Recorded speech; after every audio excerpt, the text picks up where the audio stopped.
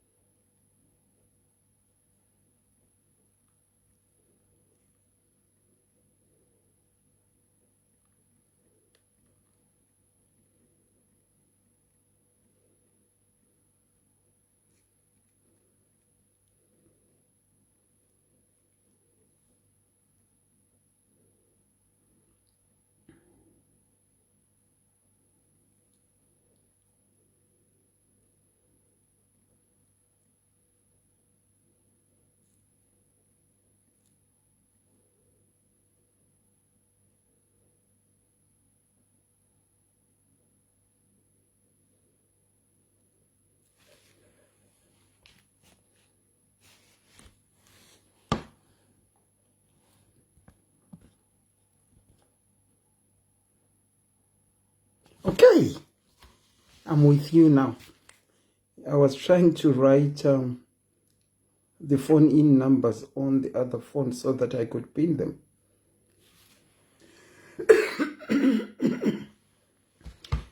Masquera Square Ingabo Chipo, how are you? Hello Auntie Selina Murise Indiri Popo Ingabo Memory Mutize, how are you? Masquera say memory arikushedza uyo kuzina weZimbabwe kwaiuya pano. Mainiko nenyasha Masquera say hapana volume. Can you hear me now? Can you hear me? Ruvimbo wekwa Jesu, how are you? Loveness, Hansi, volume 0. You can't hear me. Can you hear me, guys? No? We can hear you. Irene calls hi.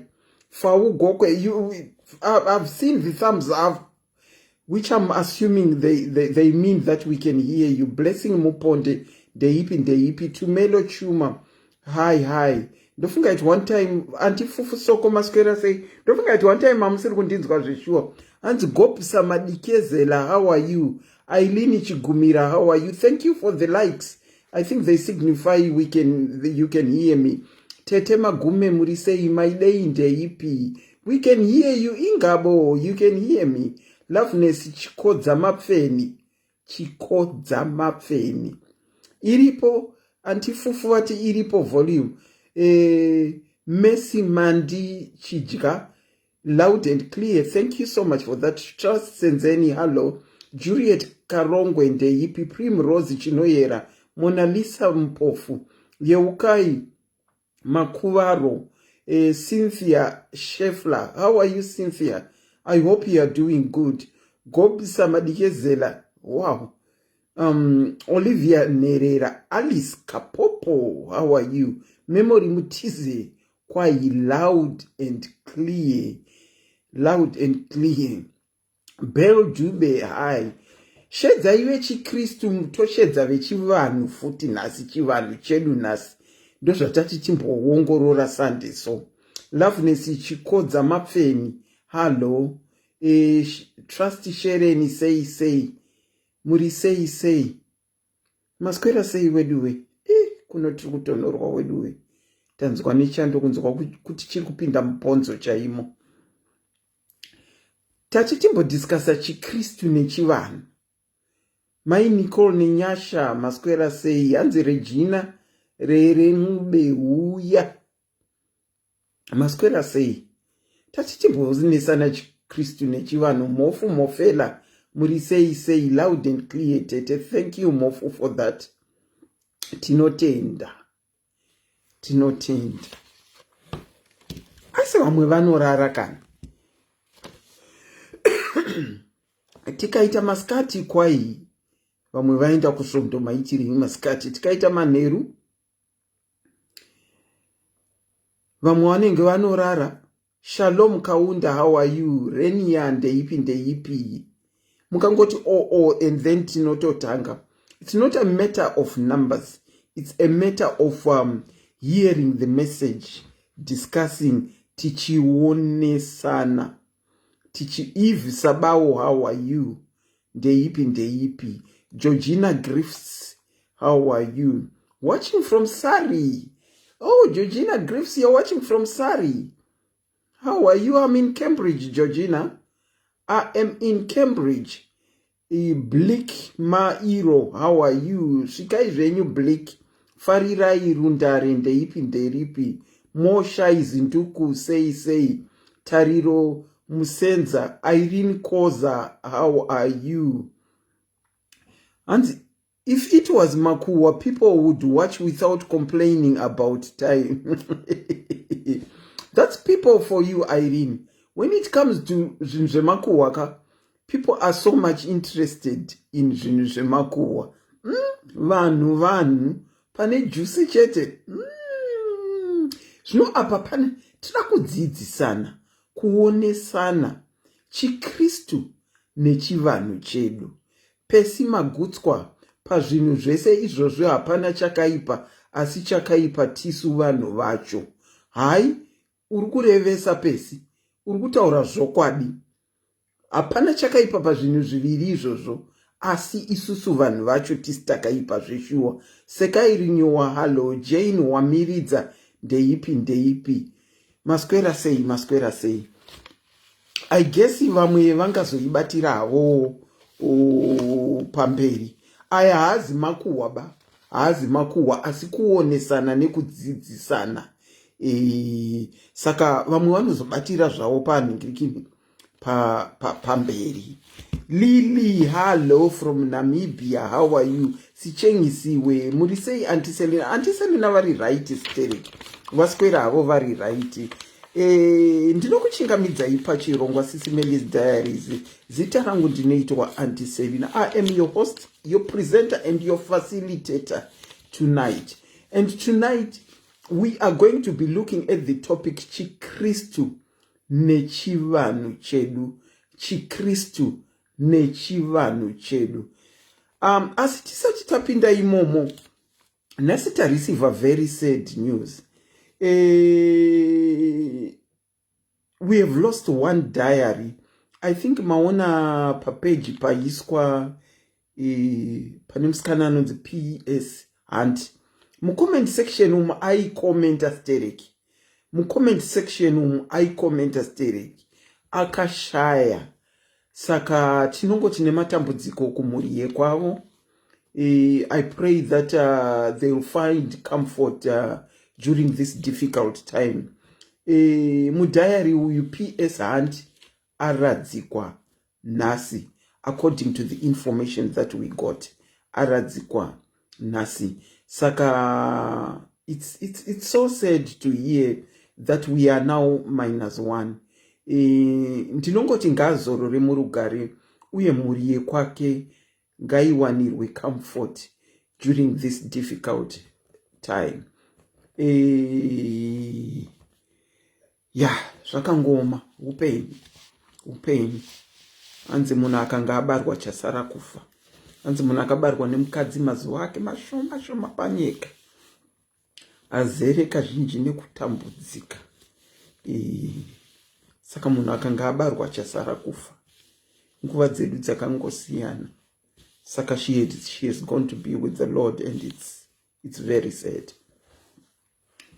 Anyway, ngatipindei muchirongwa chedu. Ndapina manhamba pasi.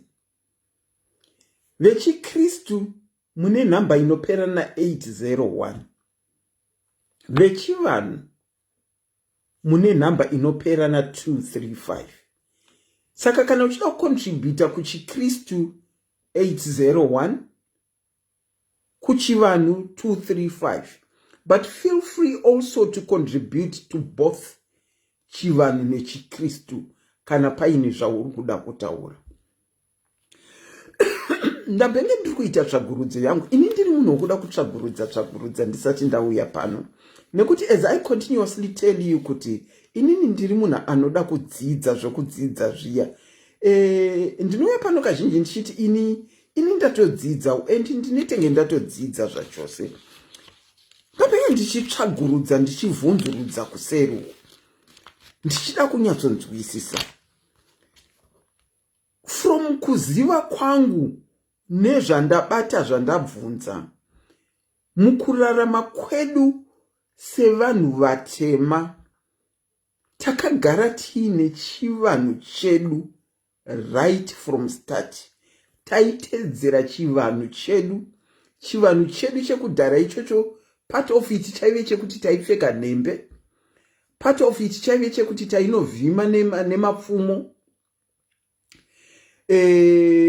Part of it taidya zvinhu zvaive organic, very organic. Ndo chivanhu chedu chataiziva ichocho chekudhara.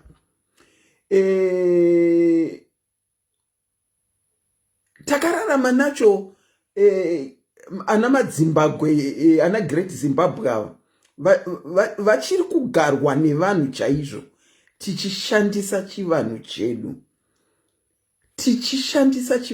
Saka chivanhu chedu takabvira nacho kudhara. Yoko waswera sei. And then at some point pakazotanga kuuya na David Livingstone nemamissionaries. Vakauya vakatakura Chikristu. Vakatakura Chikristu. Nekuti isusu taive nezvataitedza zvechivanhu chedu.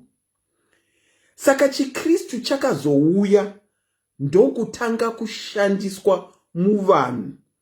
Zvekuti mukushandiswa muvanhu, Chikristu chauya, vazhinji vakaregeredza chivanhu chavo, vakumhanya neChikristu chakauya. Tiri kuagriya tese here kuti chivanhu chedu ndicho chakatanga. Pasi chigare taingove nechivanhu chedu chete. Bhaibheri rakazouya, ana David Livingstone vaakuuya kunoku, mamissionaries akuuyawo. Ndo that's a very controversial topic. It is very controversial. Mamissionaries akuuya, ndiwo akauya akatibatira Bhaibheri. Asi isusu pachedu takange tisina Bhaibheri. Having said that, heuno mubvunzo wangu. Tati takatanga nechivanhu Chikristu chikazouya. Asi mukurarama kwedu kwataita nhasi, takuona kazhinji chivanhu chedu chaakutorwa sechinhu chakaipa. Ukangotaura ndoita chivanhu sofanana antifufu soko ava. Vanhu, it doesn't go down well with people. I'm going to use antifufu soko because I'm comfortable using here. Antifufu soko vakangouya vakangotaura nezvechivanhu chavo, vakangouza, ndinonakidzwa newedhi ravanouza, maringe nezvakati. Kungotaura nechivanhu chavo, ivo vanhu havachatodi kunzwa. Saka ndachiti mboonesana kuti pane chakaipa here chechivanhu. Pane chakaipa. Let's also bear in mind kuti Chikristu nechivanhu tine mamwe ma-religions akauya, mamwe ma-religions aripo as well, but we are not going to talk about those. but kunotone mamwe mareligions. Ndinoona futi mukunanganidza mangu Chikristu neChivanhu. Vanhu veChikristu vanoda kudzikisira vanhu veChivanhu even mukutaura. Asi ndichitarisa vanhu veChivanhu kuona kwangu vanhu veChivanhu kana vachifamba vachitaura Chivanhu chavo vachichi-explaina kumunhu trying to convince a person, they are so much down to earth in trying to explain. But veChikristu achida kutry kuexplaina Chikristu chake, anodiscredita munhu weChivanhu zvekuti unoshama kuti ndo Chikristu chacho here. Ngationesanei kuti chii chinombokonzera zvakadaro. The numbers are pinned below. WeChikristu mune namba yenyu inopera na 801. VeChivanhu mune namba inopera na 235. Mubvunzo wangu wawe kuti ishuwa here kuti takatanga tiine Chivanhu. Ini nangu on my own behalf Chivanhu chedu existed well before tisati taintroduce kwa kuChikristu. The lines are open. You are free to say your peace of mind. Pane chakaipa here paChivanhu. Pane chakaipa here paChivanhu. Kana pasina chakaipa, why is it that side remakristu rinofamba vanhu veChivanhu kuita kunge kuvasiya vasina kana kupfeka, vanovasiya vasina kana kupfeka? Why?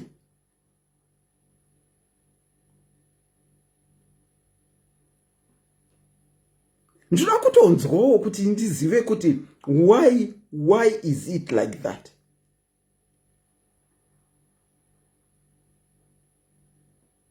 Comment section yebva yangomirawo kuti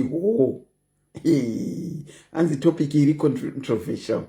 Iri controversial are some things we just need to talk about them kuti tionesane Chikristu neChivanhu chedu.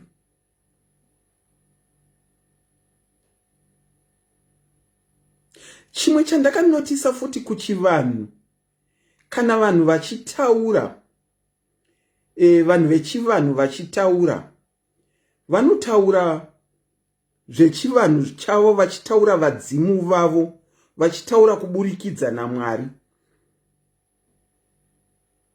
which means vane respect yechitendere cheChikristu, vane respect. Asi kusaidi reChikristu uku, it goes left.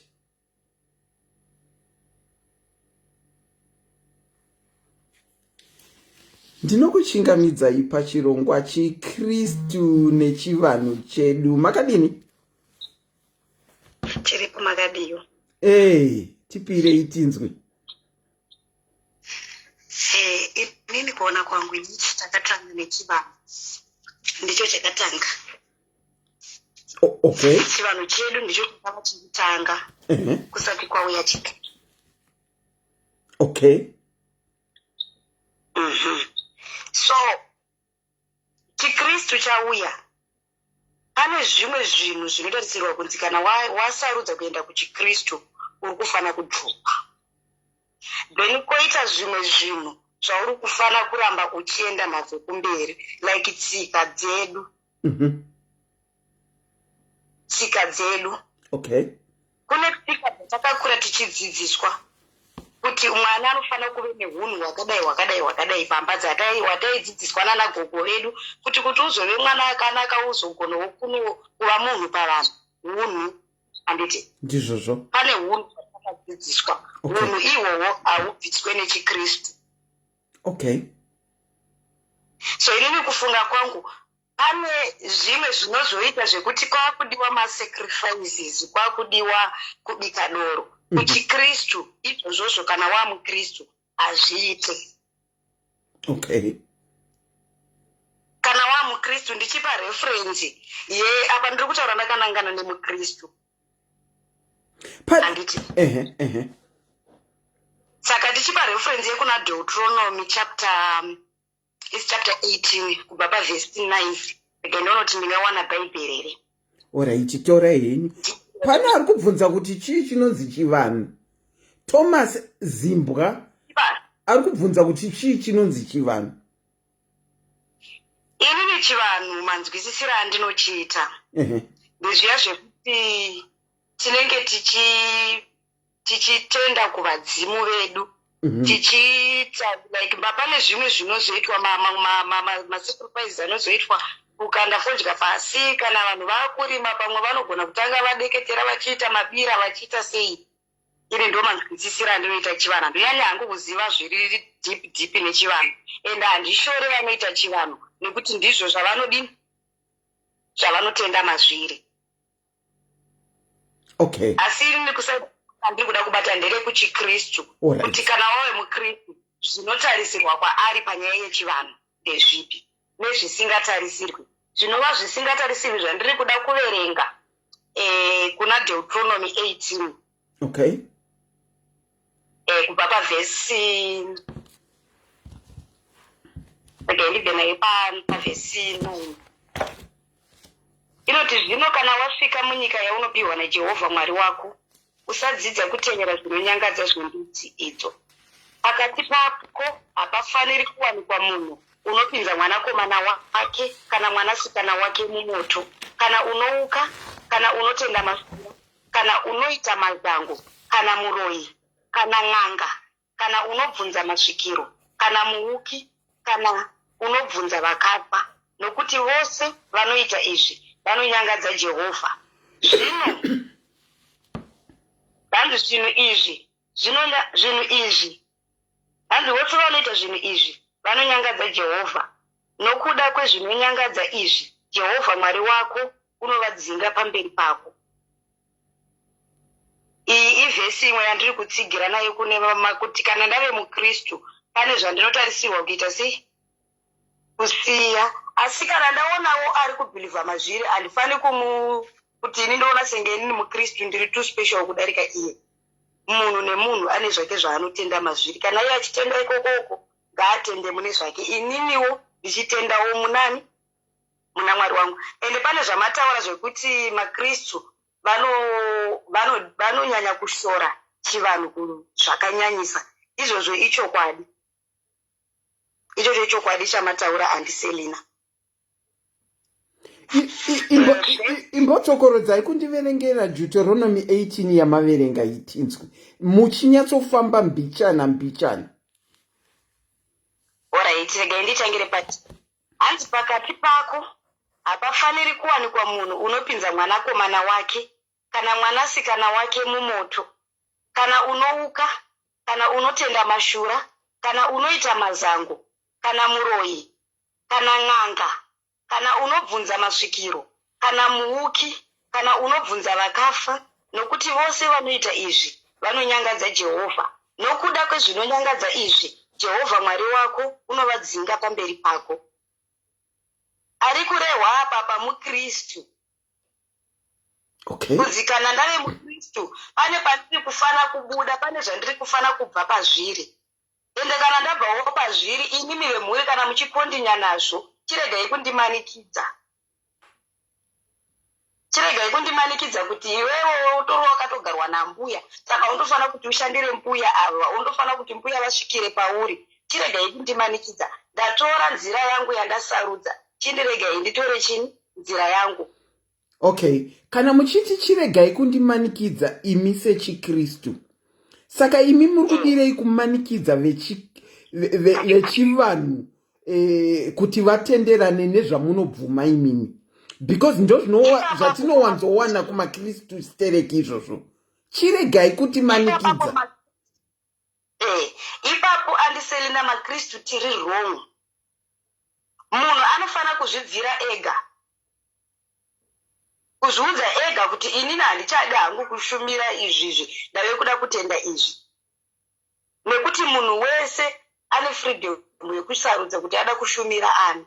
Even Bible rachona kuna Deuteronomy chapter 30 pavhesi 15 Mwari wachona vanotopa option kuvanhu yekuti vasarudze eda kushumira ivo Mwari kana kuti kushumira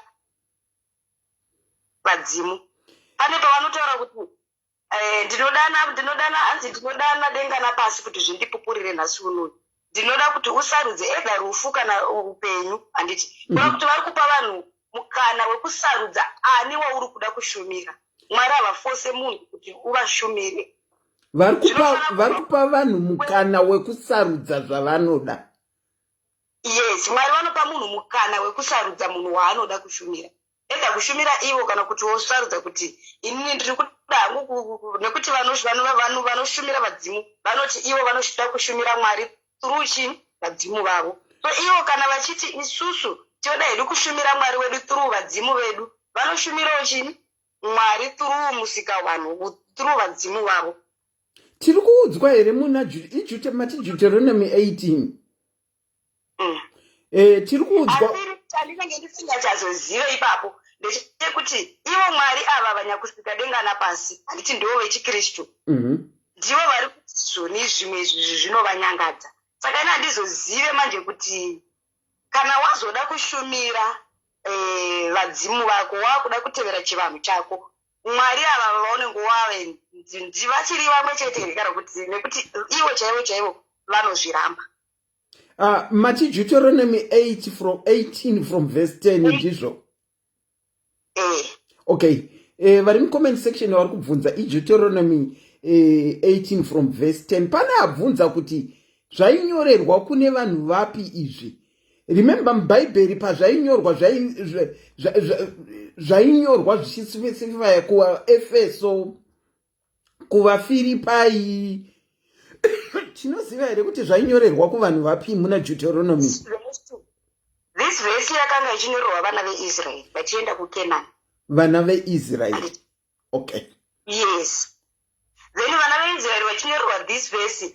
Still pane zvimwe zvinhu zvekunzi Jesu Kristu vauya hazvina kugona kuti zvinzi zvabviswa. Pane zvimwe zvinhu zvakatemwa naMwari mushoko ravo zvisina kupera nekuda kwekurovererwa kwaJesu Kristu pamuchinjikwa. Pane zvimwe zviri perpetual.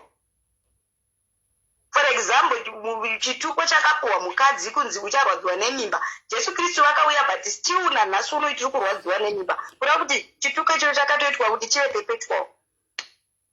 Then totarisa futi nyaya yekushumira Jehovha. Iye panotaura kuti kusave nevamwe vaMwari kunze kwangu inini chichi handiti. Panopiwa imwe mitemo ine gumi. Pane imwe mitemo ine gumi papaya yatinoti hedu yakangozoiswa muchidimbu 1 naJesu Kristu kuti mutemo wandinokupai mutsva ndinowe kuti chini love handiti. But still mulove imomo munondobata mitemo ine gumi. Imi vanhu vari mucomment section kamatanga hanzi vanhu vari mubhaibheri vari kutaurwawo handiti vanhu vakatofa kudhara vatoo vadzimu sevadzimu vatinotaura isusu, nekuti vanhu vari mubhaibheri hapachisina kuexista atinoti tinokwanisa kubata iko zvinezvi. Ndozviri kutaurwa nevamwe mucomment section. Munoti chiiva hatisi kuvanamata ivo vanhu vaya, hatisi kunamata ivo kavanhu ivavo, hatisi kunamata ivo, hatisi kuenda tichinoti tiri kukanda fodya pasi nhai Abhurahamu fodya pasi iyo. Hatisi kunokanda fodya pasi kuna Abhurahamu. Hatisi kuenda kunokanda fodya pasi tichidaidza zita raMozisi.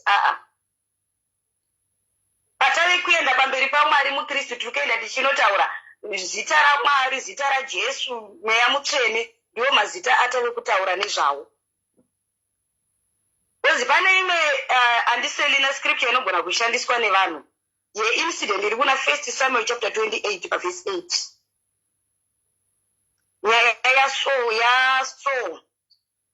Saul paanoenda kumuuki handiti. chii chinonzi muuki? Muuki munhu iyoyo ane demon of divination. Okay. Handizoti anoenda kumuuki. Aenda kumuuki anonosvika obva amuti ndiri kuda kuti undidanire chini. Akatoenda akazvivhara-vhara uri usiku. Akasvika akati ndiri kuda kuti undidanire munhu handinoda kuti handichakuudza zita rake panapa kuti undidanire auye pano handiti. Munhu aida kudanirwa anga ari Samuel. Ini munhu mukunzwisisa kwangu muuki paakauka haana kuuka voice akangouka voice but not Samuel chai anga asiri Samuel but it was a familiar spirit yakauya ikataura. Familiar spirit hazi mashura here akunzi anondinyangadza mashura muna Deuteronomy mamataura. Mashura. Ya ndiwo mashura ndozvandodekedzera kuti vamwe vanhu vazhinji vanogona kuti ipapo pakaitika chivanhu so wakaenda akanobvunzira kuyu. Yes akaenda kumuuki but mweya wakanouka nekuda kwekuti muuki uyu haana the spirit of God. Akangonouka demonization. Yakangonouka a familiar spirit yakauya ikaimitate voice yaSamuel. Kwa kuti akauka demoni azvigoneke kuti ningirikini kuti iye muuki uya munhu ane demon of divination aende kunouka munhu akafa Samuel ari kunzi akafira muna Jesu Kristu. After all Bible rinotudza kuti vafa havana chavanoziva kana uri muKristu. Afa hanzi kunaka kwake uipi hwake zvese zvaenda nazvo. Alright, naikola ngatidai on timbotora ana apostle Paul ana apostle Paul vakafa hapana chava chiri kuziva.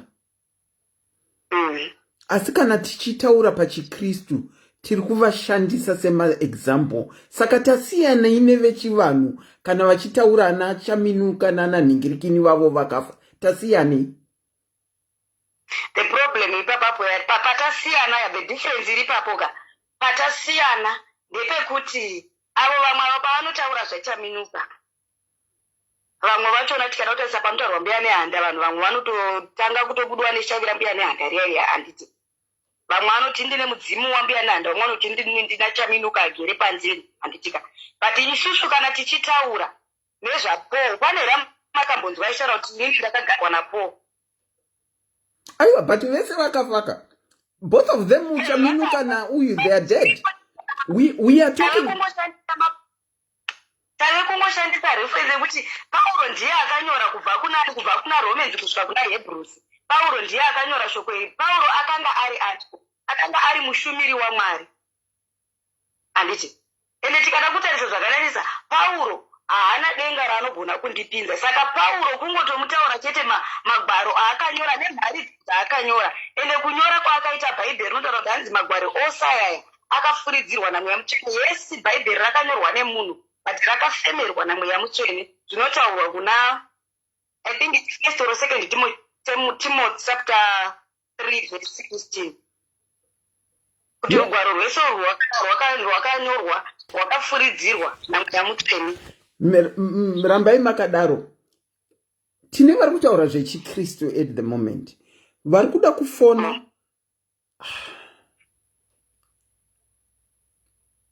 Mati? Ndabvisirwawo namba yangu yandaisa apa. Ndogona kungoita. Ndabvisirwa namba ndandoda kuramba ndichimbotaura nemi because it looks like vanhu havachaone namba zveshuwa. Saka let me cut you off ndione kuisa namba nekuti vamwe vari kuti tinoda kupinda but hapana namba. Alright, okay, go on. Imwe vhesi inotsigira kuchiKristu kuti maKristu hatifani kuzenge tave kutevera nzira dzekuuka. It's Isaiah 8 verse 19. Isaiah 8 verse 19. Yes. Ndichangotomhanya apa pandichingota mascriptures angu kuti vamwe vapindewo. Okay. Isaiah 8 verse 19 inoti iyo zvino kana vachiti kwamuri bvunzai masvikiro navauki vanorira nokuita zevezeve. Ko vanhu havafaniri kubvunza Mwari wavo here? Ko vanofanira kubvunza vakafa pamusoro pavapenyu here? Ndozvainotaura. So kumuKristu iri kutaura kuti muKristu hafani kuenda pana Mwari achienda through ambuya vangu inini vakafa kare. Handifaniri kutomboenda ndichitombotanga nambonoti naiva Agnes naiva chinyika nawo muKristu. Uri kufana kungoenda straight pana Jesu Kristu. Asi nai mama. KuchiKristu kuprofitwa kwatiri kuitwa mazuva ano kuchiKristu kuprofitwa kwatiri kuitwa mazuva ano kuprofitwa chaiye. vari kuti profetera kuti you used to have this grandmother of yours that was very rich and kuchikristu zviriko vari kutiuzira vanhu vedu vakafa. Ene ngatirege futi kukangana kuti kuchikristu kwava futi nevamwe vakangoona kuti vanhu vazhinji vari kumhanyira vachinowanda kuchikristu ndokubva vangotovawo masutu vakapfeka but vari momomomo vachibata kwese vakabata bhaibheri but vachiita sei vachibata kwese. Moziva kuti kune vamwe vanotonamata anotoudzwa kunzi iwewo nambuya vako vagere pauri kuti zvikufambira ndofanira kutanga waaccepta mbuya ivavo. But kana takuenda mumascriptures eshoko raMwari kumukristu hazvipo izvozvo. Wow.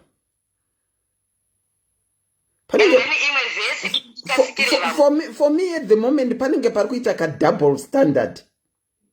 For me at the moment tichitaura so ndine ndiri kupika ka double standard. All right. Okay, hande yedu taura heni. Ndipei. And then imwe yachona it's Leviticus 19 verse 31. 19 verse 31 inotichi. Ndisvike pairi. Ndiri kunzi nevanhu hanzi isai sekuru ndunge zvinakidze. Sekuru ndunge wacho ari kupi? Ngavavatege vauya. Sekuru ndunge. Okay, regai ndivape number. Sekuru ndunge ndifonereiwo pa number iyi. Iri kupiko number. Ndifonereiwo pa number mukaona pasi pakatepwa handisi kuziva kuti ndo vari kundifonera apo here apa. Alright, ingopedzai kutaura. I'll come back to the numbers dzandiri kuona. Leviticus 19 verse 31 inoti musava nehanya namasvikiro kana musvibiswe navo. Handiti ndini Jehovha Mwari wenyu. Ndizvo zvainotaura Kristu.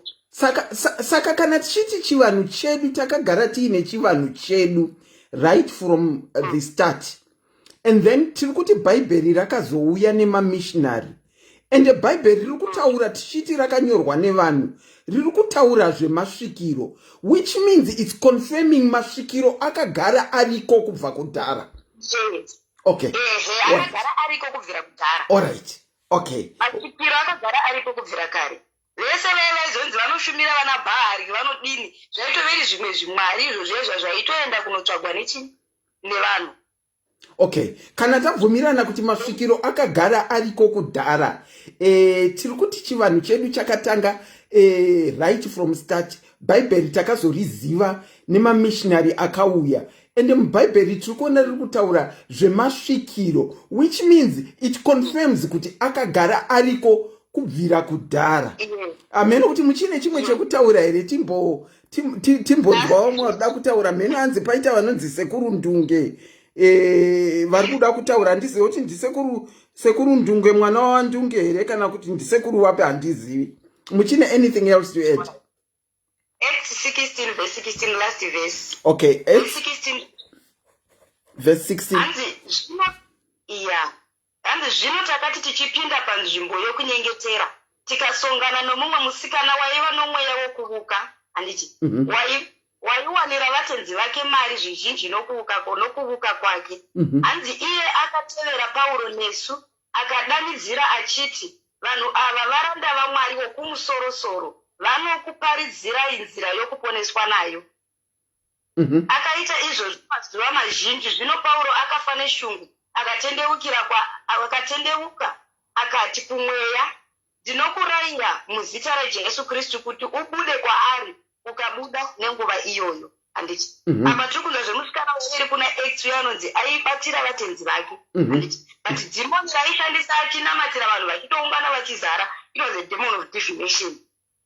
Okay. Dhimoni redivination rinotouka ndorere rekuti ukaenda kumuuki ndikaenda ndikanogara inini rinotonatsokuziva kuti waraiti uyu akaberekwa kupi chichi nikozi rinokonekta nespirit yekudzinza kwangu.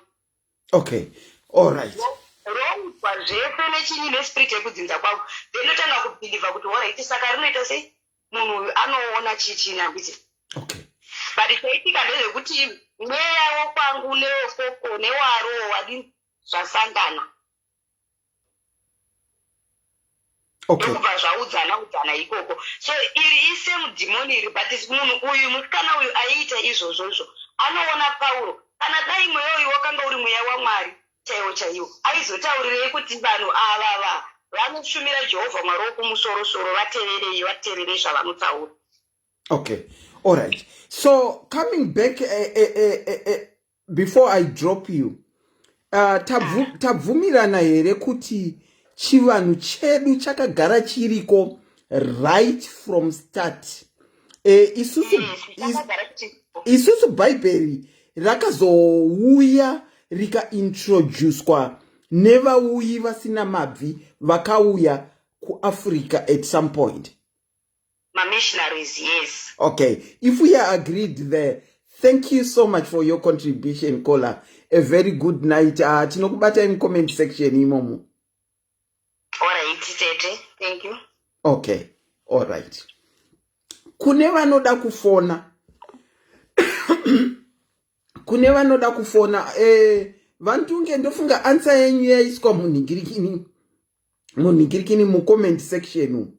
Vantunge ndofunga answer yaiswa mu comment section. Let me go back and call back the people that were trying to call. Let me return my calls.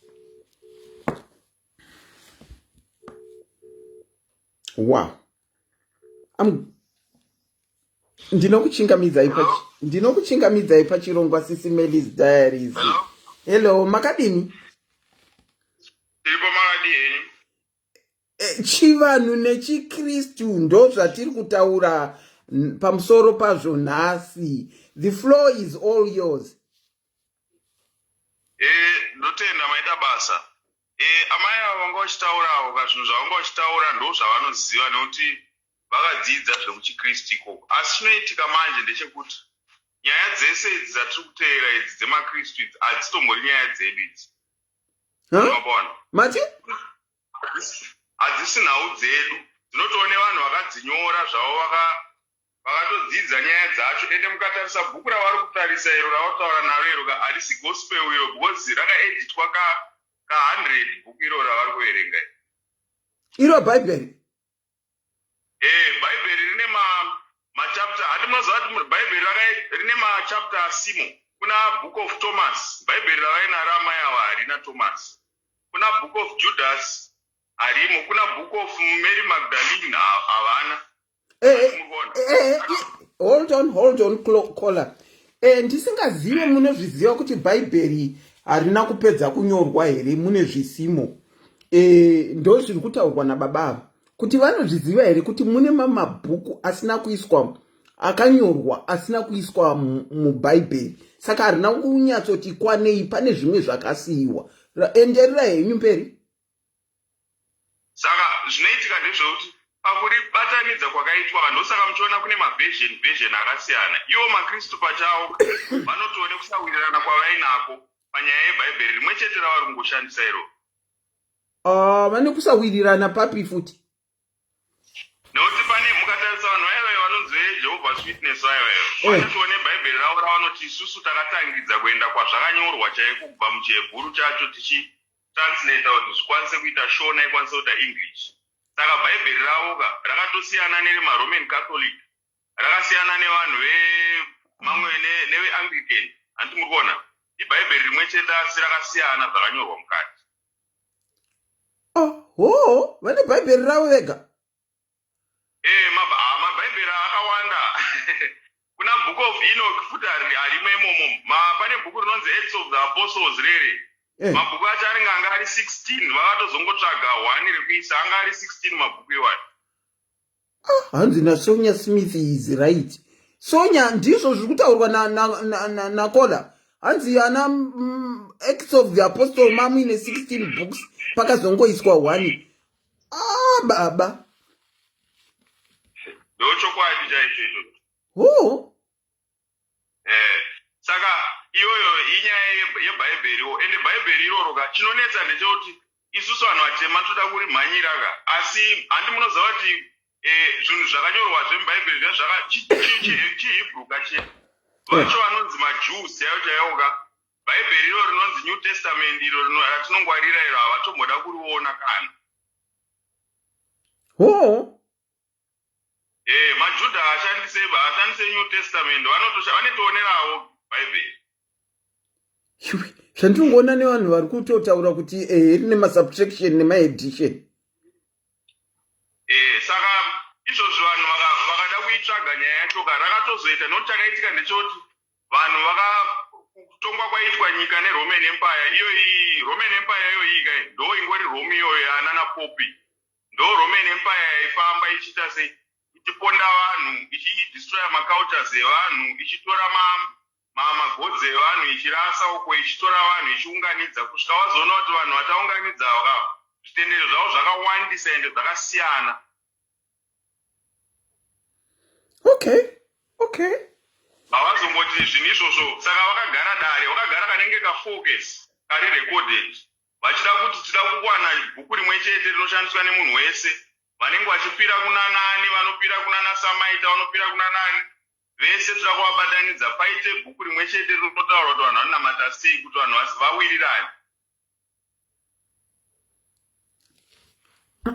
Mako ndiconfusewo. Ana samaita vari kupinda papi papa, ndiri samaita kai wamava kutaura samaita.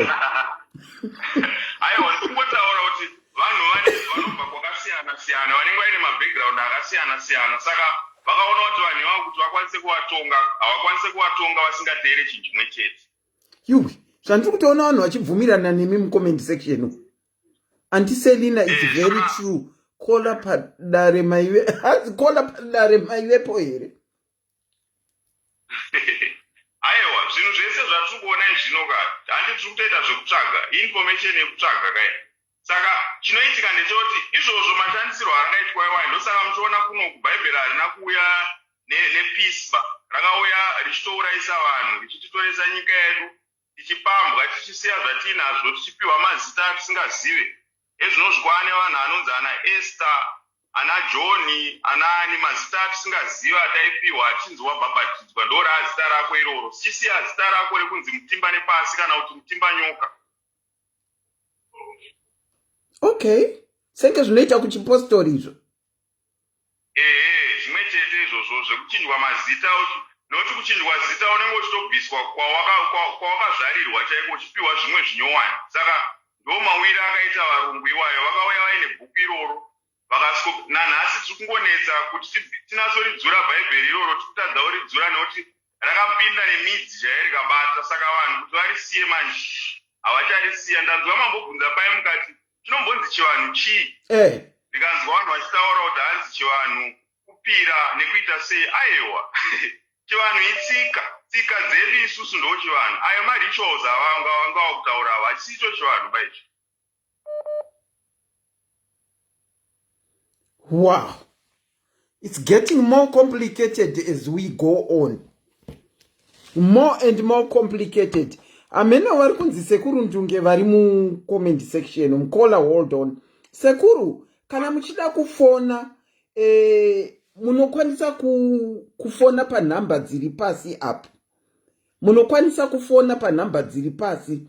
Ndodavira kuti muda kuti pawo ruzivo rwenyu nezvechivanhu.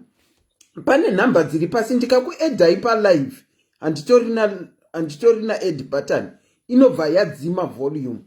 Enderera henyu mberi. Saka ndonyaya yakaitika. Saka iro bhuku rinonzi bhaibheri iro kairo rinoda kumbosiyiwa kusaidi nokuti nyaya dzirimomo dzakavhengana zvisina kana zvazvinombobatsira. Asi isusu taurai, imi muri kuchivanhu here kana kuti muri kuchikristu? ini ndinoti muchivanhu ndo chandirotenda machiri zvangu.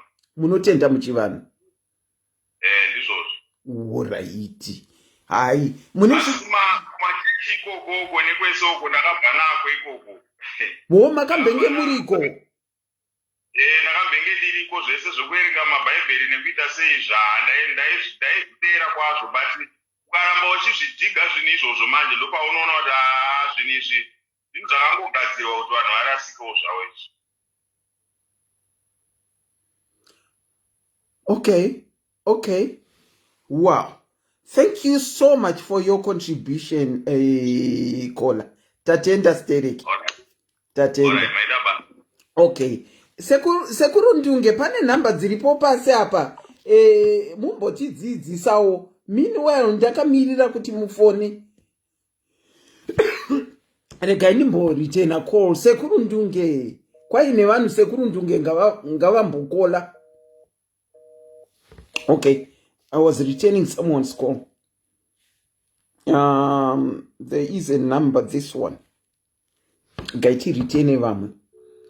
By defining Chivanhu hunhu magariro during and giving African new names was done during baptism. It still happens. Mudzimwe svondo kuti kana uchibhabhatidzwa unopiwa zita rimwe. Auntie Selina Kola ndoda kuvatengera ndoda kuvatengera drink. Okay, the numbers to call in are pinned below. If you want to contribute to the topic, Madewa Mamoyo, I'm sorry, I'm going to have to delete your comment.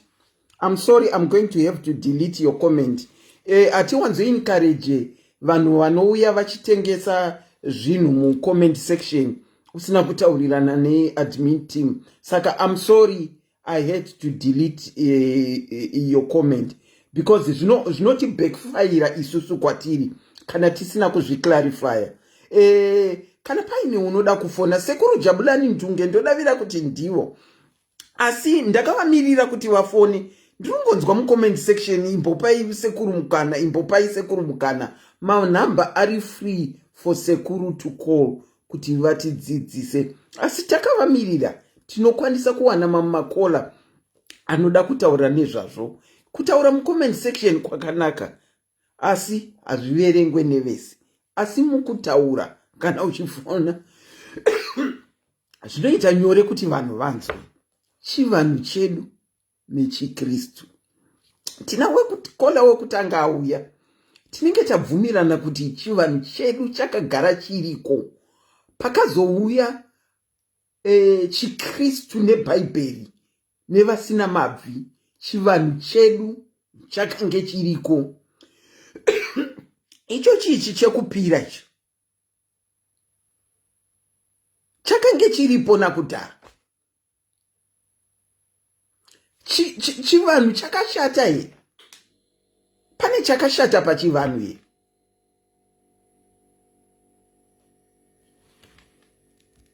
Ndinokuchingamidzai pachirongwa Kola. Yoko maswera sei? Nazi makaipa mai vangu. Indava? Topiki ino muda kuti tirare takapfeka bhutsu here. Aiwa kuonesana nekudzidzisana.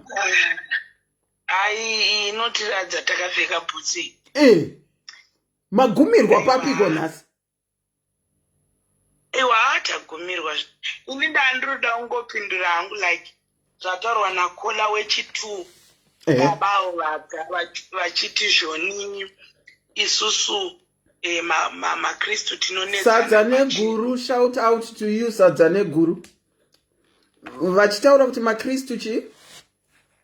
Tinonetsana pachedu nenyaya yeBhayibheri. Okay. Hatisi kunzwisisana. Alright. Zveshuwa maKristu ipapo tinonetsana nenyaya yeBhayibheri. Why tichinetsana? Nekuti vamwe vatendi vanongoshandisa Old Testament. Havanei nezveku New Testament. Vamwe vatendi vanongoshandisa zvavada ivo handiti kuti ndinokota vhesi randiri kuda zviri kuenderana neni handiti zvakafanira kuti ndiri muKristu ndinogona kuti ndinokota vhesi riya rinoti imwa susararadzi because I want to drink. Saka ndinodaro handiti. Saka panoita sort of saizvozvo kuti isusu tinorwa neBhayibheri. tega tiri makristu. Ende neivowo futi vanoita zvekupira ivava vanotorwa, unotonzwa zvichinzi mudzima haudi kugara paari iye uri kuda kugara kuna nhingi. Saka hakuna kusina hofu. Sezvo isusu makristu tichinzi tinotaurisa, tinoti zvese zvataurwa namai ava namadza vekutanga vaiva, ndinoti Mwari ngavavaitire nyasha, vavasumudze, because zvavataura vatotimiririra isusu tese makristu. Ende nyaya yekuva mukristu haumbunyikidzwi. Nyaya yekuenda kuchivanhu haumbunyikidzwi. It's your choice. Ndosaka uchiti kana uchiverenga bhaibheri ukaenda ese mavhesi averengwa namadza vaDeuteronomio, Leviticus, X, ningirini, yese iri kukutaurira kuti kana wati hauchadi zvemudzimu, saka zvinoreva kuti haufanhi kudai. Saka bhaibheri riri kutoreva kuti vemudzimu vatoripo, handiti? Vatoripo. Whether isusu we like it or not, we cast, we do this. Tatongonetse zvino antiselina. Ndafarira mubvunzo wavunzwa naFufusoko, my sister, kuti chanetsa nje kuti munouya muchitikumbira fodya dzedu dzebute, iye sisi Fufa achiziva kuti yoko anozviti mukristu. Saka zviri kureva kuti paita vanhu vanoda kunzungu nekunyimo. Vanoda kudzungu nekunyimo havasati vadecide zvavanoda. Chivanhu changagara chitoriko, nekuti even bhaibheri, mubhaibheri chaimo ndo panonzi kwangu naNabhari. Kune vainamata vanabhari. Vanabhari vanga vatori midzimu sese izvozvi zviriko izvi. Kuti inini ndine chitindiro mati anabhari vanga vari midzimu. Ndingavatore seizvozvo because they were small gods vainamata, handiti? Handiti, like inini ndichitarisa mudzimu, those are the little gods vandisingaise jimu hombe, mujimu diki, handiti? Saka ndozvandinotaura, even bhaibheri racho parainyorwa vanabhari vanga variko, asi Jesu vanga variko. Handiti muri kuzviona? Saka no matter what, chiri kungodiwa ndechekuti iwewe munhu mira panzvimbo yako yauri kunzwa ichikufefetera, ichikuda, yaunonzwa kuti mweya wako ukaenda ikoko, this is good with me. Ameno avo vanomboti kwasisi Fufi variko, kwamakandiwa vanoenda, kwamwazha vanoenda, kunguo tsvuku vanoenda, ndivo vanhu vari kukonzera confusion ivavavo munyika.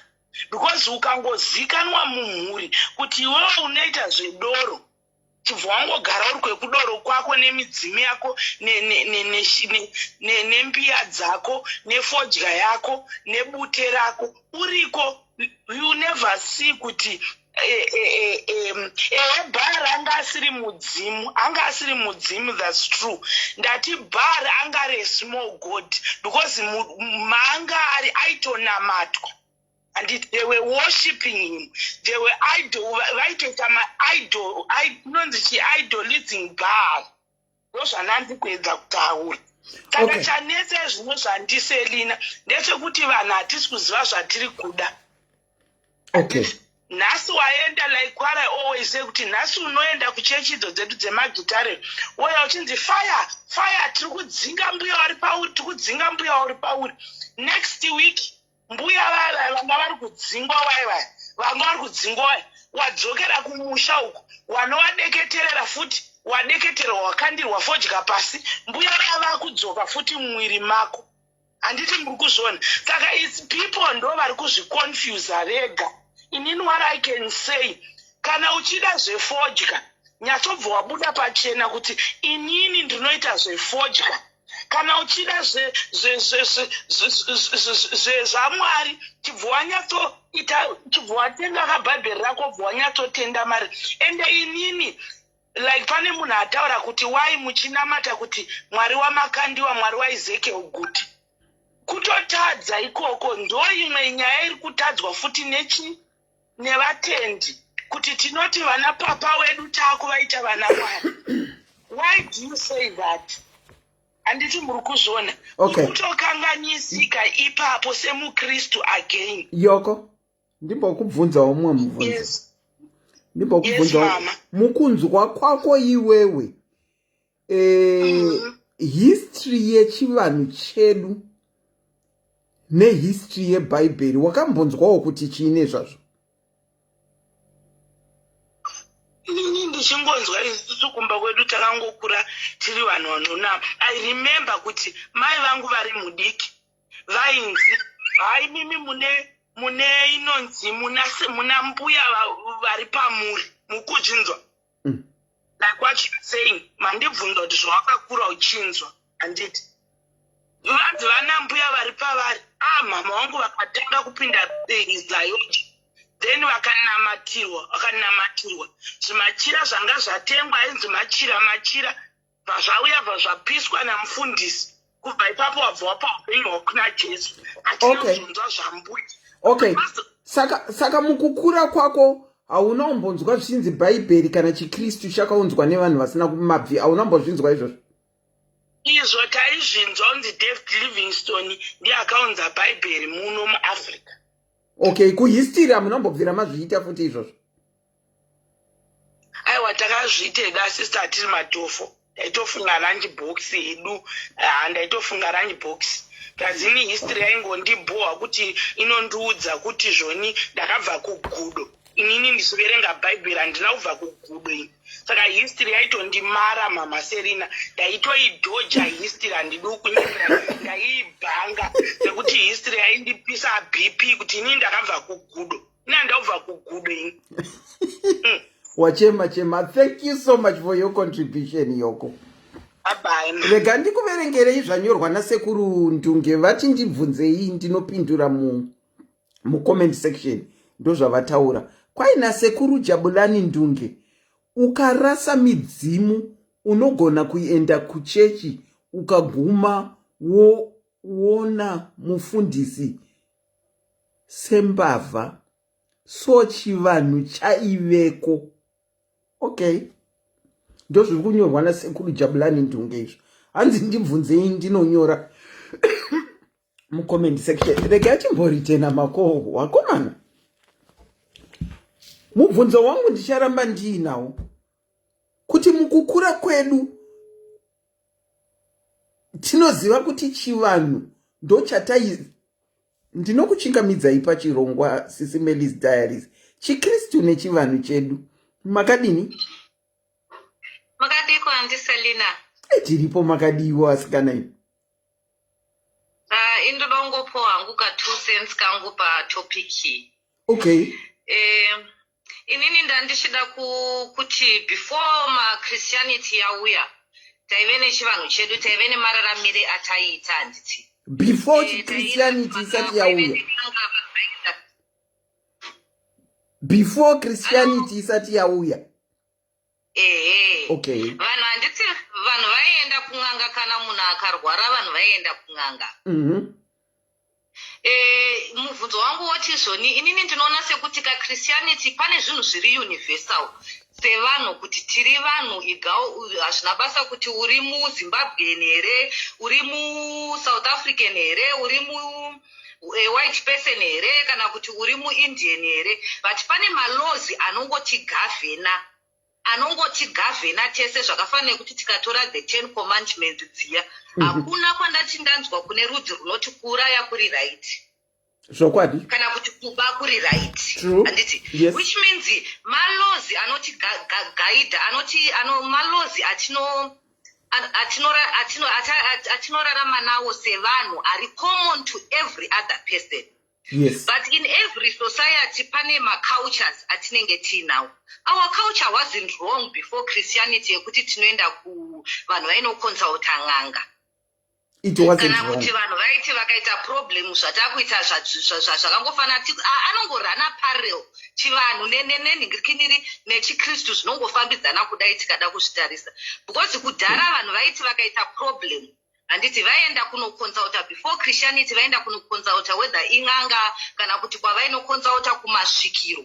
handiti but kuchristianity nanhasi vanhu vachiri kungoenda kana kumaprofita kumachii handiti zvakangofanana kungoti kwatiri kuenda kunobvunzira kwakasiyana.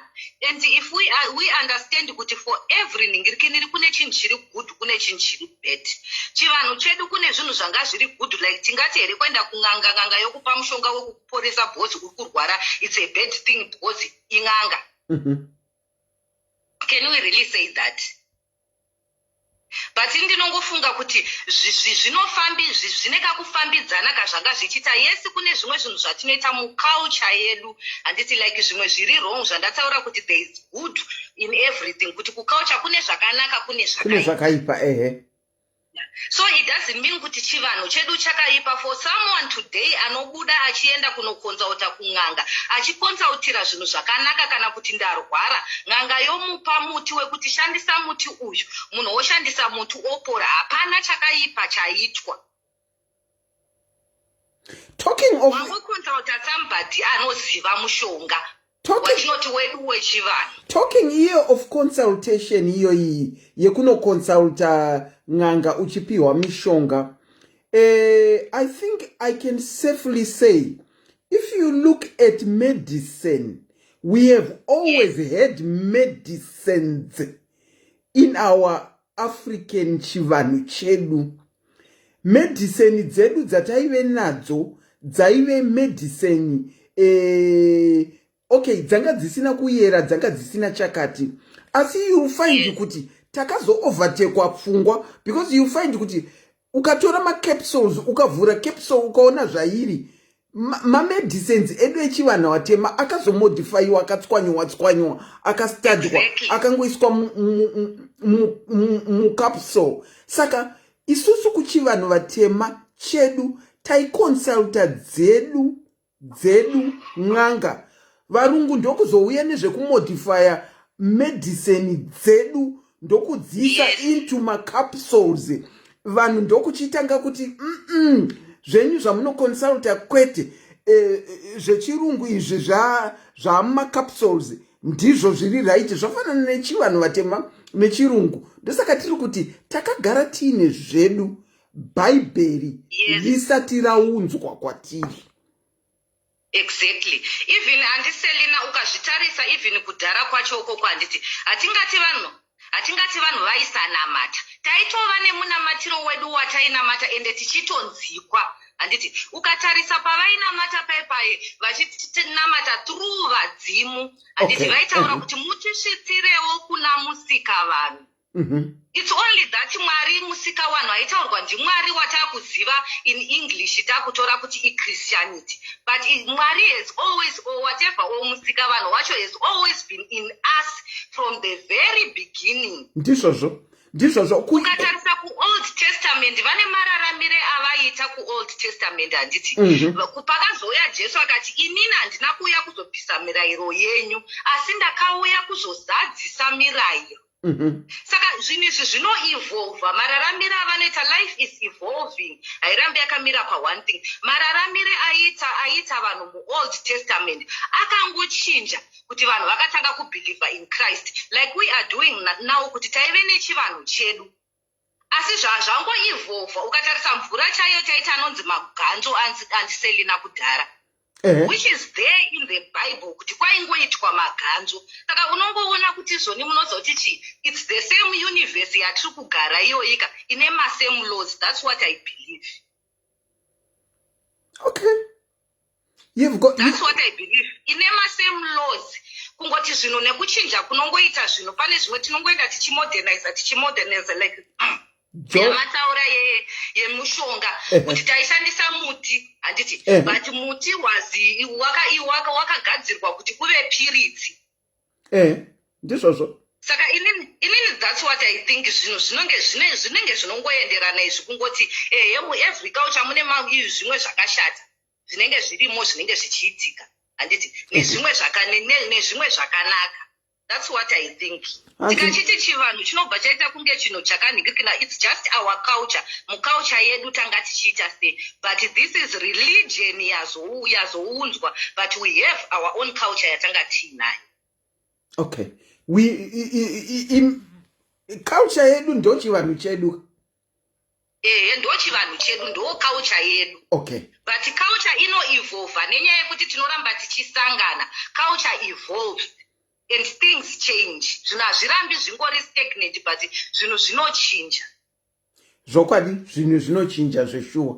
Zvinochinja. Thank you so much, Kola, for your contribution. Thank you, Auntie Selina. Have a good night. You too. Varuda kuona mhinduro sekurundunge vamati vauye vanenge vasingakwanise kuuya, but vati ndichange ndichinyora mucomment section, saka you can be on the lookout mucomment section just in case I don't pick zvavanenge vadi zvavanenge vanyora.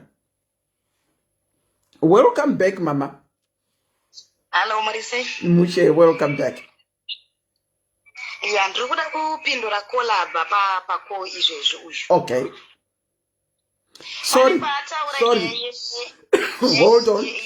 Hold on. Sorry.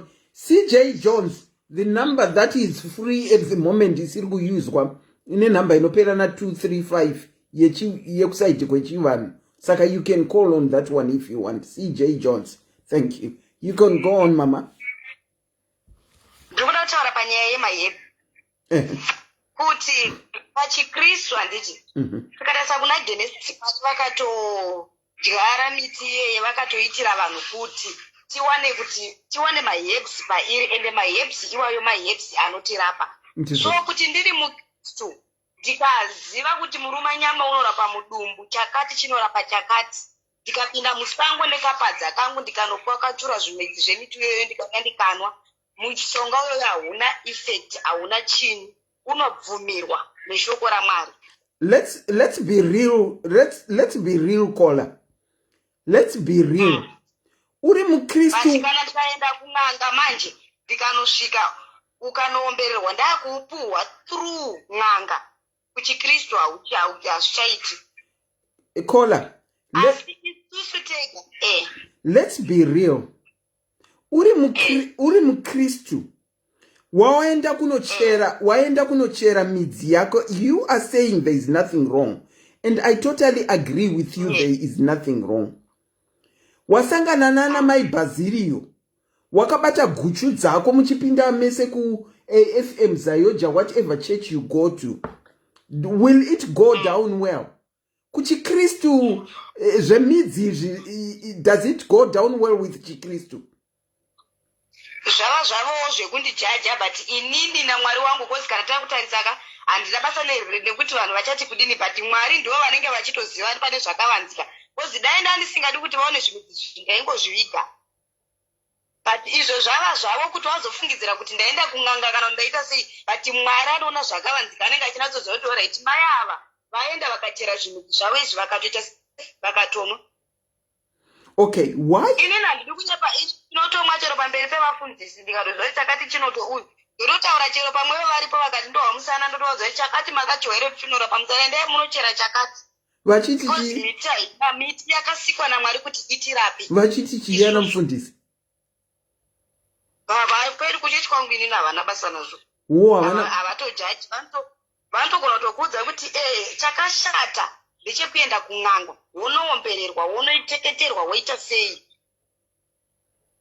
Okay. But kutora nekuti zvakafanana netsangamidzi, tsangamidzi ndo murumanyama handiti.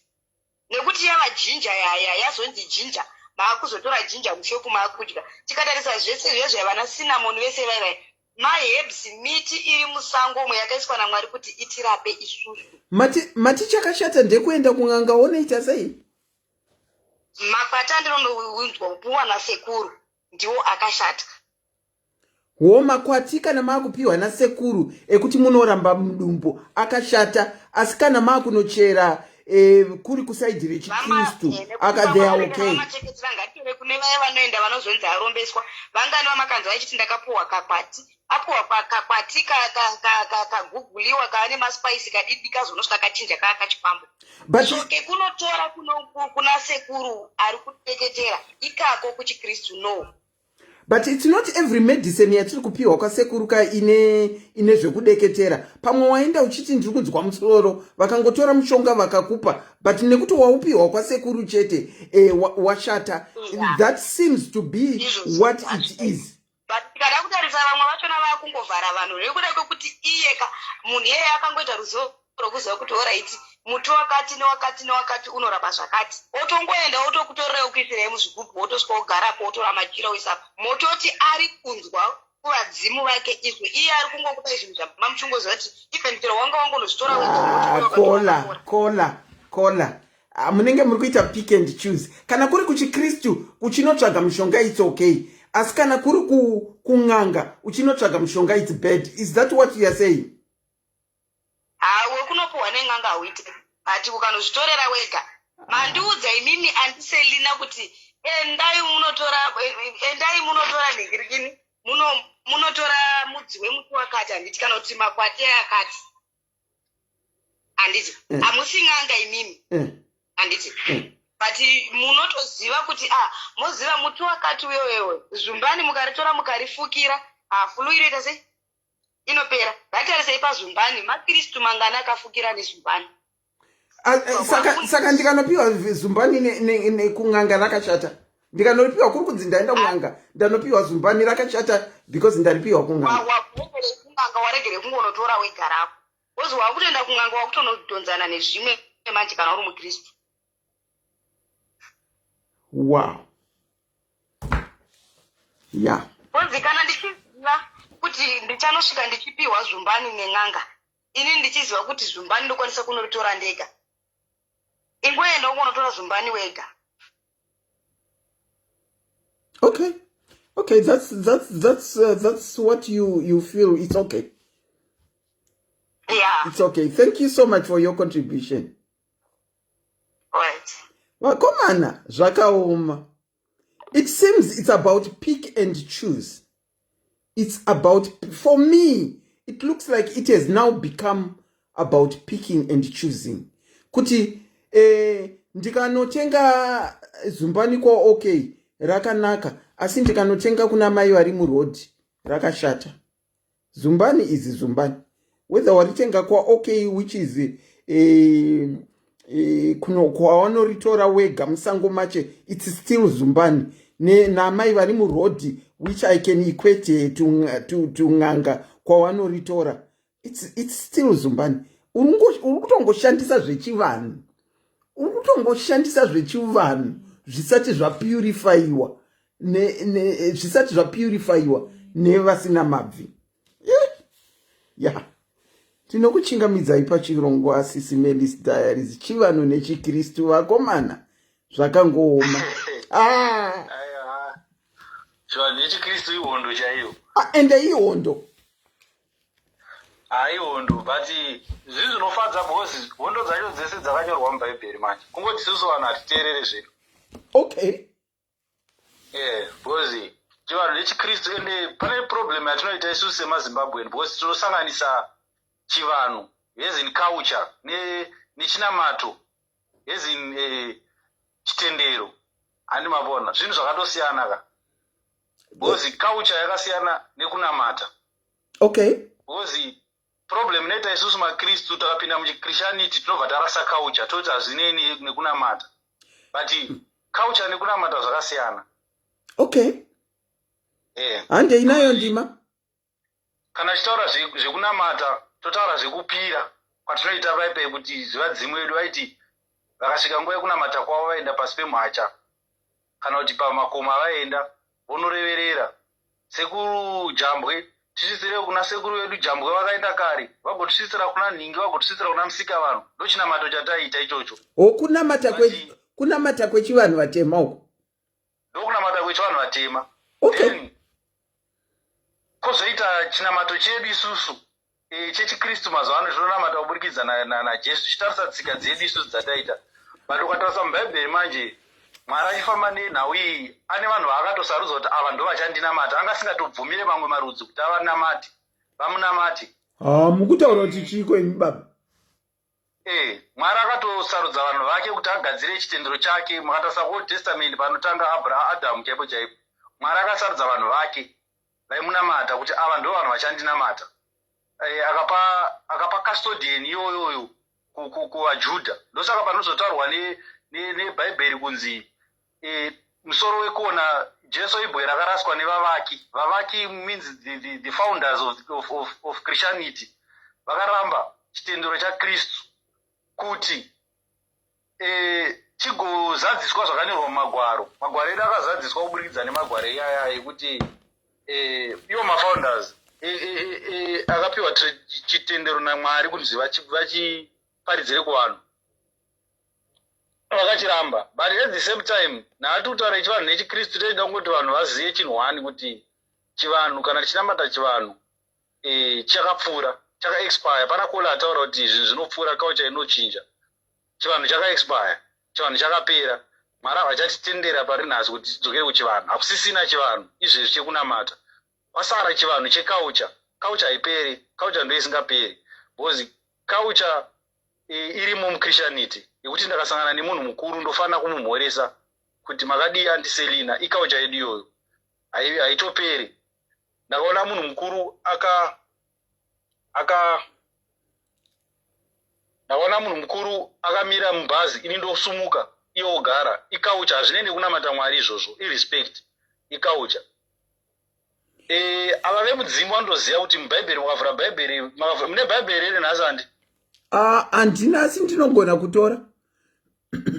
Because kana vane bhaibheri vakavhura pana Leviticus 19 verse 31 inotaura kuti zvemudzimu Mwari havazvide. Clearly Mwari vanozvitaura kuti handizvide. Vhesi iroro tamboripiwa namama vachangobva ava vatanga kufona vambotipa vhesi iroro Leviticus 19 verse 31. Isaiah 18 verse 19 inodaro futi kuti usaite izvozvo. Handiri mazona. Then ukaenda kuna Samuel, first Samuel unotonzwa ana Saul vachitoshedzera kuti uraya vese vanoita zvekushopera, uraya vese vanoita zvekubvunzira mudzimu. Handiri mabona. Mwari angasingade zvinhu izvozvo. Zvanga zvitorimo munguva inamatwa Mwari nevaIsraelites, zvanga zvitorimo muvaIsraelites zvekunamata mudzimu, zvanga zvitoriko. Haisi culture yetishona zvinotaurwa nevanhu kunzi isusu chivanhu chedu chinoti. KumaIsraelites zvanga zvitoriko zvevadzimu. Vaitozviita vanga vari kwazvipractice. Ndosaka mutoona zvitorimo mubhaibheri. It's not only limited kumashona. Ndonzwa vanhu vachitaura kuti kupira mudzimu ndekwemashona.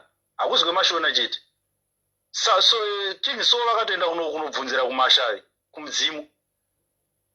Kana makaverenga bhaibheri munonzwa kuti King Saul vakaenda kunobvunzira kumudzimu. Zvitorimo. Handiri mabona. So patiri zvedu izvezvi nhasi chitendero changosara chete chechokwadi chiKristu hakusisina zvechivanhu hazvichashanda. Because Mwari vaiziziva vakambozvitendera kuti zvishande for a certain period. Pavakatora vana vavo veIsraelites vachibudisa muIjipita, Mwari vakatombozvitendera kuti zvishande. Ende Mwari akatomboshanda navanhu ivavo.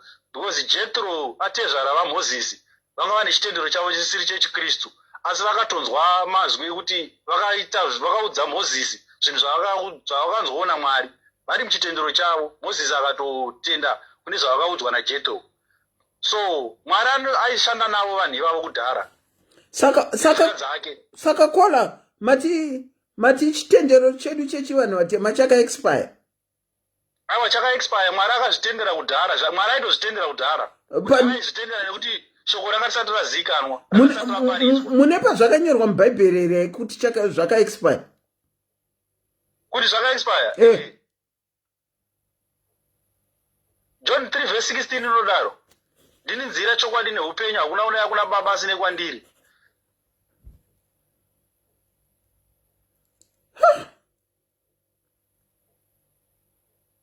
Makainzwa here John 3:16? Ndinaiziva.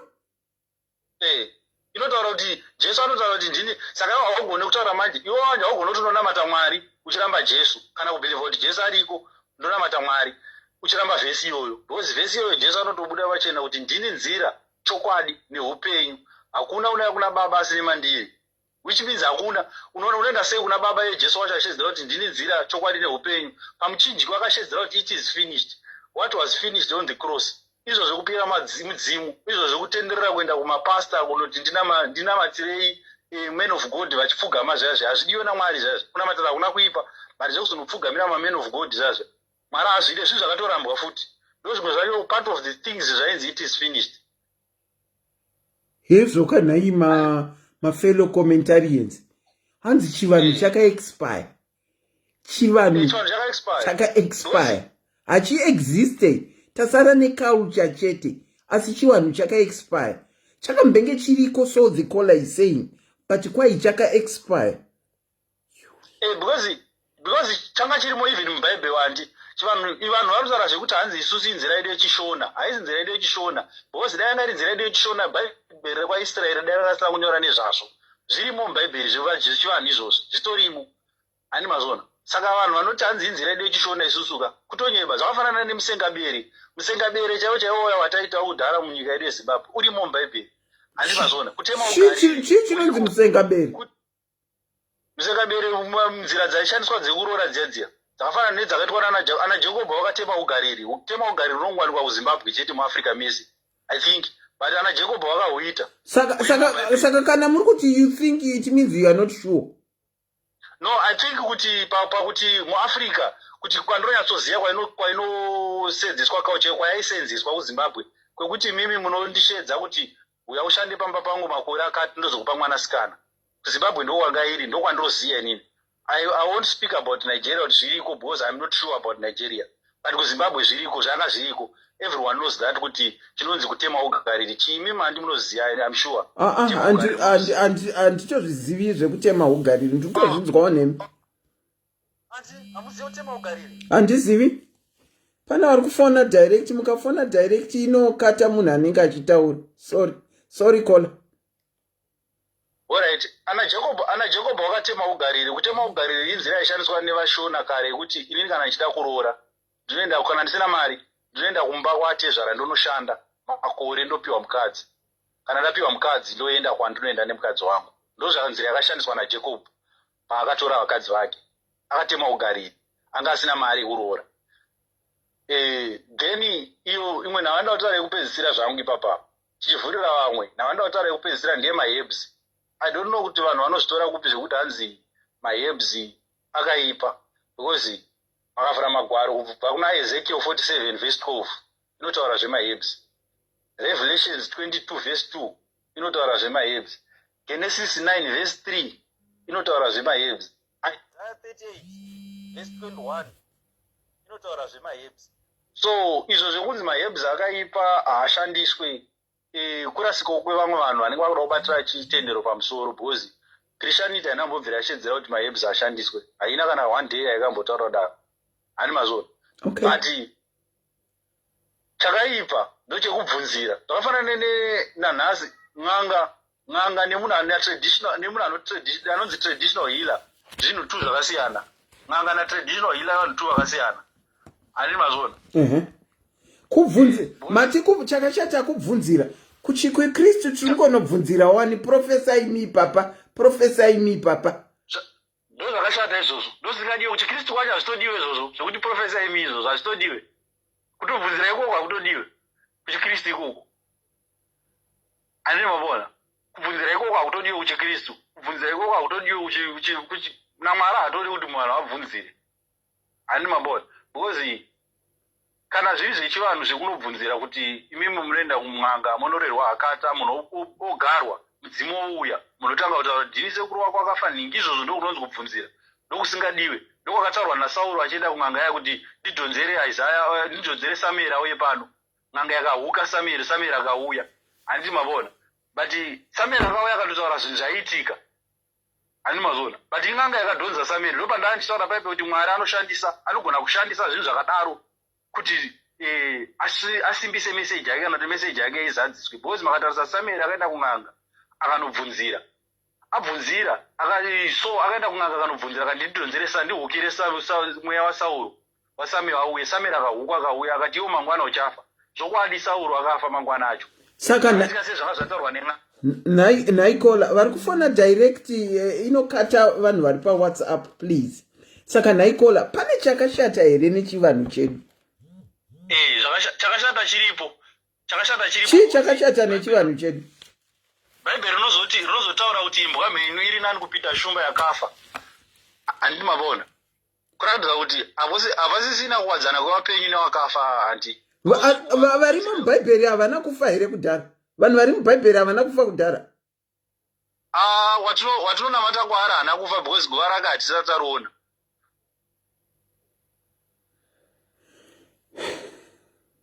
Because isusu tinonamata kuna Jesu Kristu. Jesu Kristu akafa akamuka. Zvazvinozikanwa nevanhu vese. According to what the Bible says, and according to Islam yanototenda kuti Jesu akafa akamuka. Christianity inotenda kuti Jesu akafa akamuka. Hatina guva raJesu. Asi makuva ana David nana Samuel iko. Hatina mati ana Samuel, hatina mati ana David. Hatibvunzire kuna David, hatibvunzire kuna Samuel, hatibvunzire kuna Adam, hatibvunzire kuna Jacob. Tinonamata Kristu. Isusu pakunamata kwedu tinonamata Kristu nekuti Kristu mupenyu. Hatina mati munhu wakafa. Chikristu hachinvolvi papa munhu akafa. Chikristu hachinei nevanhu akafa. Ya ihondo yahiitira Chikristu neChivanhu. Saka zvekubvunzira izvi zvekubvunzira ndozvikadiwe naMwari because Mwari anotosvedzera kuti vakafa havana nhaka pamusoro pevapenyu. Handiti mabona. Saka kuti vanhu vabvunzire vanonyangadza Mwari nekubvunzira. Saka imimi vechikristu kana Mwari akati munonyangadza nekubvunzira, imimi vechikristu muri kubvunzirirei ana profesa imi? Isusu pachikristu chedu isusu chamwari chacho chaita hazvitodiwe zvekubvunzira kumaprofesi kuti profesa imi. Pachikristu chamwari chacho hazvitodiwe. Kutobvunzira ikoko pachikristu unenge uchitokanganisa, unenge wakatorasika. Hazvitodiwe zvekuti unobvunzira kuti profesa imi. Mwari haabvume izvozvozvo. Andibazona Jesu akataura wani ndo pandavhura vhesi ra 3:16 akati ndini nzira chokwadi neupenyu hakuna unaya kuna baba asine mandiri. Saka unozoenda sei kuna prophet iyo Jesu achiti hakuna unaya kuna baba asine kwandiri. Unozoenda sei kuna prophet unongo uchidei kuna prophet. Totobvunza imi vechechi. Vechechi manje brides mavabvunza nyakanaka kuti totobvunza imi vechechi. Havazi vese manje vanoti baba vachaona mambo ekudenga Jesu anodaro. Havazi vanoti vanoita zvechechi vanhu vekuchechi. Handisi mabona andi. Havazi vese vanoenda kuchechi vanotenda kuna Kristu. Vamwe vanoenda kuchechi is a way of kola. Muri kuti chi? Muri kuti handi vese vanoenda kuchechi vanoti baba vanoenda kuchechi vanotenda Mwari. Vakawanda hati vanodaro. Ndo inga Jesu akataura wana akati chenjerai mapera ano akapfeka matehwe emakwai. Ndo vacho vaitaurwa ivavo. Saka muri kundudza kuti vanhu vari kuendawo kusvondo uku but pane mutambo. Andi munoti mimi munhu anoenda kuchechi munomona musesanda akabata bhaibheri achienda kuchechi then muse Sunday manheru anodzoka waya paFacebook otanga kutaura kuti ningi yako achikutuka imisi. Saka munhu iyoyo munotaura kuti ari kuenda kuchechi kunonamata Mwari. Hakuna zvakadaro. Ipapo pakaoma nekuti tangonzwa last week iyi kwangu nevaparidzi vachingoita kana musina kuti ningirikini mai vakataura wedhi vakandiremera ivavo. Inorema. Animaona. Asi mavaverenga Bhaibheri kuna Timothy yako chakanoti nemuromo mumwe chete munorumbidza Mwari, nemuromo mumwe chete munomhura Mwari, munonyangadza Mwari. Bhaibheri rinobva rataura kuti munonyangadza Mwari. Saka kuti variko vanorumbidza Mwari, vachimhura Mwari, vanotonyangadza Mwari.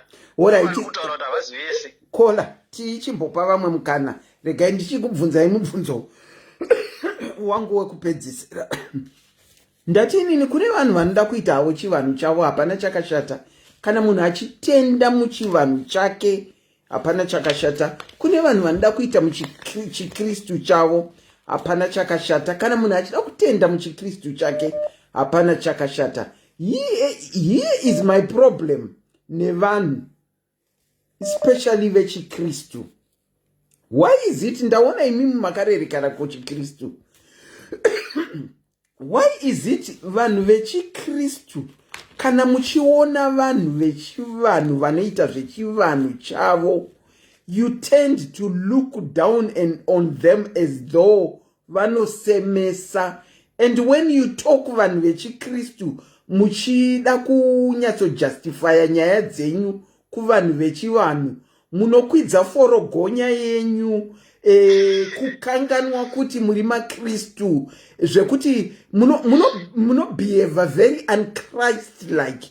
Why is it that? And yet ndichitarisa vanhu vechivanhu vandinongoonawo zvangu maringe nezvavanoita, they are so calm when they try try to explain themselves. Makambozvionawo here zvandiri kutaura izvi?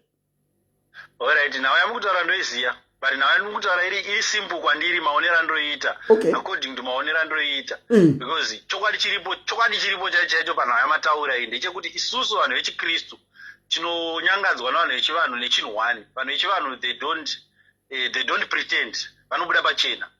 Havana kuhwanda kwavanoita. Saka zvinonyangadza here izvozvo kuti they are straight to the point. Right. Makadata nhau iyo inonyangadza maZimbabwe nekuti vanhu ndo vanoshora vanhu vechivanhu. Chinoita kuti isusu tinyangadzwe navo vanhu ava nekuti they are true to their calling. Vakatunga zvechivanhu vanoita zvechivanhu whether pakamera or off camera. Zvavanoita mazuva ese Monday to Friday it's same hazvichinje. Isusu maKristu we pretend. Tinoita zvimwe zvinhu on the camera and the other thing off the camera. So at the end of the day ndakaona munhu wechivanhu wekuti manheru inini bitterness ndio inenge yakatibaya kuti munhu wechivanhu uyu ndiye akazoenda kunopedza problem yangu. Because vanopedza maproblem evanhu zveshuwa. Kana taruta tanamata isusu kusaidi kwedu taremerwa tinomhanya kuvanhu vechivanhu ivavo totibatsire votibatsira. Kana vachibatsira tovatadzokera kuna Mwari totanga kuita kunge isusu tikachena tichivatuka. Handiti mazona ndo vanhu avo ndozoita vaKristu vakadaro ivavo. Asi makasangana nemuKristu anonamata Mwari mukurevesa hanei nekutuka munhu wechivanhu, hanei nekushora munhu wechivanhu, anongogamuchira munhu wechivanhu zvaari. But ava manje vanoti gumbo panze, gumbo kuchikristu, gumbo kuchivanhu, ndo vanoda kushora vechivanhu kuti vanhu vafunge kuti ivo mashorero avanoita vechivanhu ari genuine. Handiti mazona. But at the end of the day manheru vanobuda vachienda kun'anga, manheru vanobuda vachienda kumadziva vachinokanda raisi. Then kana vauya paFacebook vakudriva marange rover vobva vachidza kuti God is good, God is nice, thank God. Havachataura chokwadi kuti aiwa raisi rakashanda. Ipapo manje handiti mapaona manje. Ipapo ndopa bitterness iya inenge yakubuda manje kuti manje vanhu vechivanhu havazotaure here kuti isusu ndokutoponera kwavari. Saka munhu anonge akutorwa counter. Handiti mazora. Inenge yacounter. Akaunti yakufara vanhu ibitterness hakuna munhu anti paFacebook zvakafanira paFacebook chaiko. Ukaona munhu anotuka vanhu zvakafanira kuti munhu anofamba mumastreet eFacebook achituka munhu kuti ngochani iye ndiye anoita ngochani but anoita akahwanda. Saka anoda kupretenda kuvanhu kuti vasazive kuti ndo zvaari. Tiri kutuka kwanoita vanhu vanobva kuti uyu hatode zvechingochani. Vanhu vachiona vanhu vanongoona neaction kuti uyu hatode zvechingochani but deep down ndo zvaanenge achiita. Saka in order for him to cover his sins or her sins, anobva atuka kuti vanhu in public, then in darkness obva aenda kunzi kwake chaiko kwaanoda. Handiti mazona. But well said Kola. Nezvozvo wakasangana nemunhu asine nezvengochani anti kana kuti asingene kutuka ngochani, he doesn't judge ngochani, he doesn't go against them. Ane zvaanotaura navo nematauriro anoita zvekuti kana idzo ngochani dzacho hadzitomborwadziwe kuti munhu ataura zvakadai. Ane manotaura zvakareruka. Vanoita vanokudza voice voti chivanhu chakaipa chakazodaiwo vachituka mastreet vaivai. Ndo vanoenda ikoko. Ndo vanoshandisa izvozvo. Thank you so much. Very well said. Mataura nemo, because I've always wondered, people who call themselves Christians are the ones that are supposed to be Christ-like, move like Christ, talk like Christ, do everything in a Christ-like way. But vakasangana nevanhu vechivanhu vanotena ivo vechikristu ivava, they turn into demons dzinoshedzera dziya vachinyomba vanhu vechivanhu, and yet vanhu vacho vavari kutoti ndivo madhimoni vanenge vari calm, calculated, and they say it nicely. Havana, from what I've seen, havana nguva yekuitirana naro nevanhu. You have said it. The last part you said it very, very, very well, and I've agreed with what you have said. Thank you so much, Kola, for your contribution. Tatenda tisu.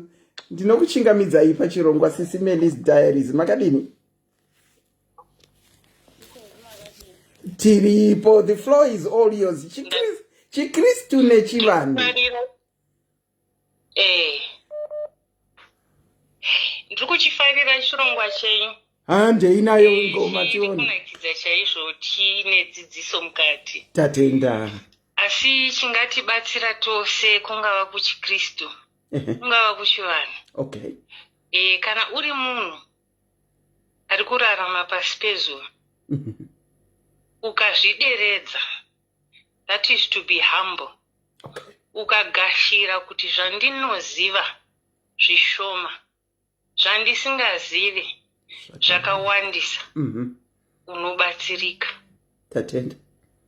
Then chimwe chandinoda kutaura futi ndechekuti takatarisa maconstitution, ingava constitution yeZimbabwe, nyika yedu yeZimbabwe yatinorarama, ingava constitution yekupi nekupi, nyika zhinji pane inonzi freedom of worship, freedom of association, and so forth. And kuti nyika iende mberi zvinenge zvichida kuti vanhu ivavo vakasiyana siyana.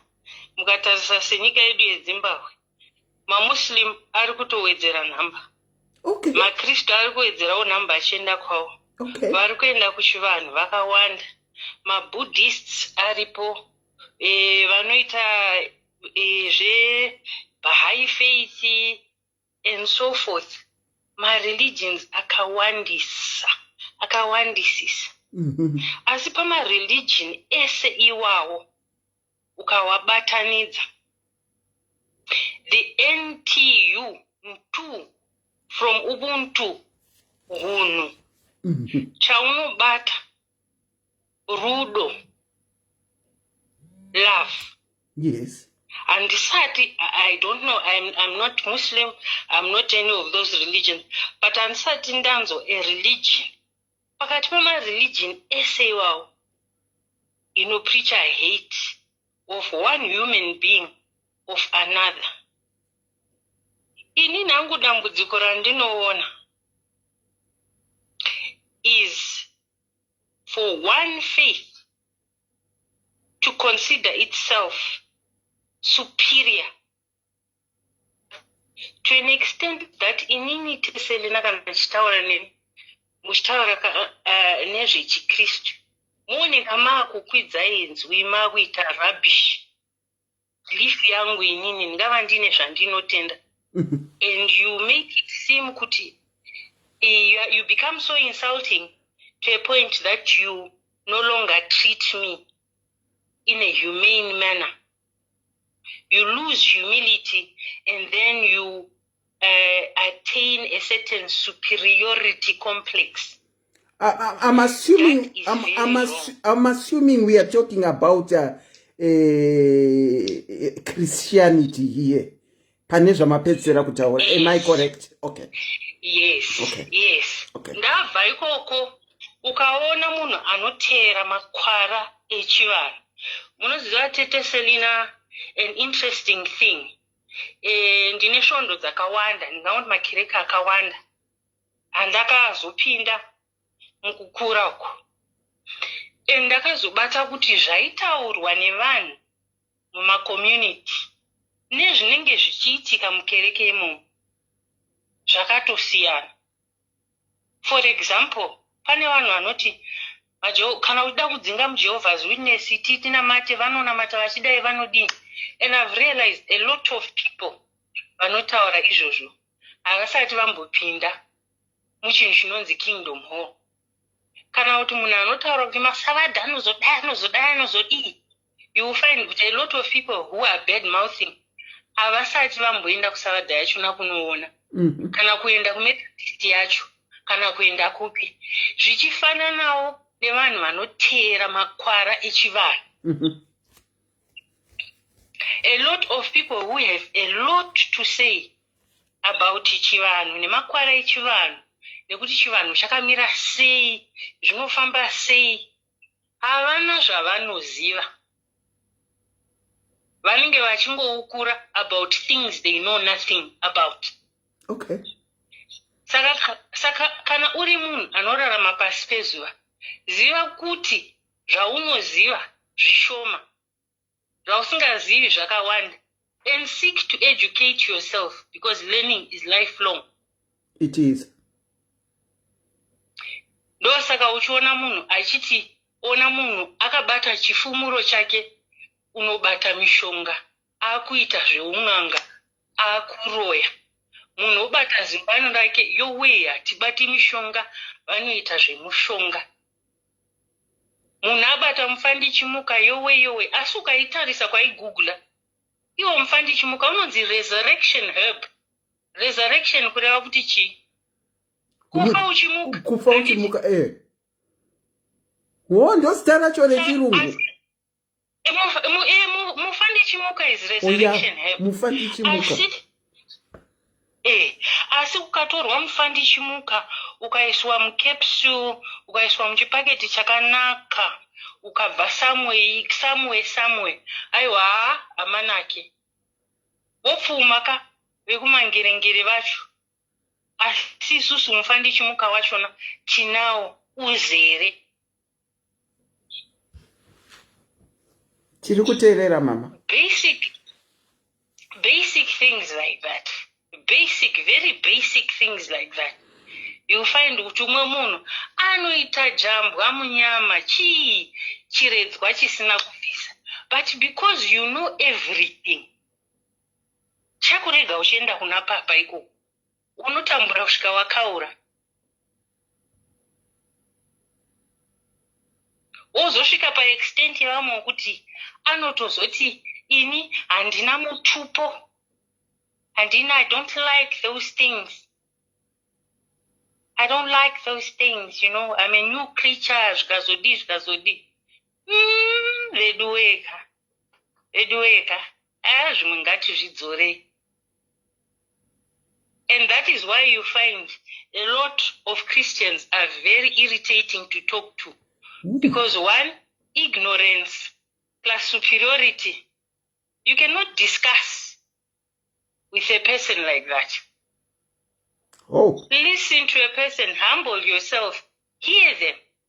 Inyawani Muslim chaiwo anobvisa zakat. Zakat mutemo wokuti ukaita is up to a certain profit as a businessman. Imo yese yaunenge wawana, give to the poor.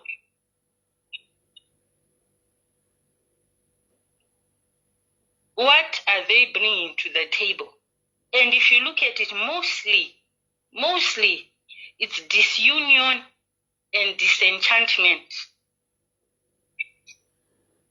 Saka uyu last caller ataura chokwadi kuti if you are standing in truth and in love and in ubuntu, you're going to listen to the next person. You say, okay, I see what you mean. But this onslaught, you think you can insult unbelievers to believe how they are wasting their time. And they need to humble themselves and learn. And you find good sometimes you hear a person say the Bible says. There are a lot of people who don't know that Bible. And it's working for them. So just get over it. No, that is what I've said, Mama, what you've just said. At one point, takambaita in a discussion whereby I was talking to someone, if people remember, and I was saying, you think, that is what you think about Christianity.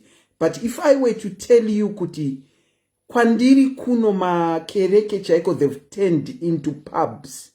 Vacho vakatiintrodusa kuzvekereke. Vakutotena kereke dzavo into pubs. And don't think if you know what you know about Christianity and believe, it's everyone who does. That is true. So there is a starting point in everything. And for me and you and anyone, titikwanise kuita dialogue.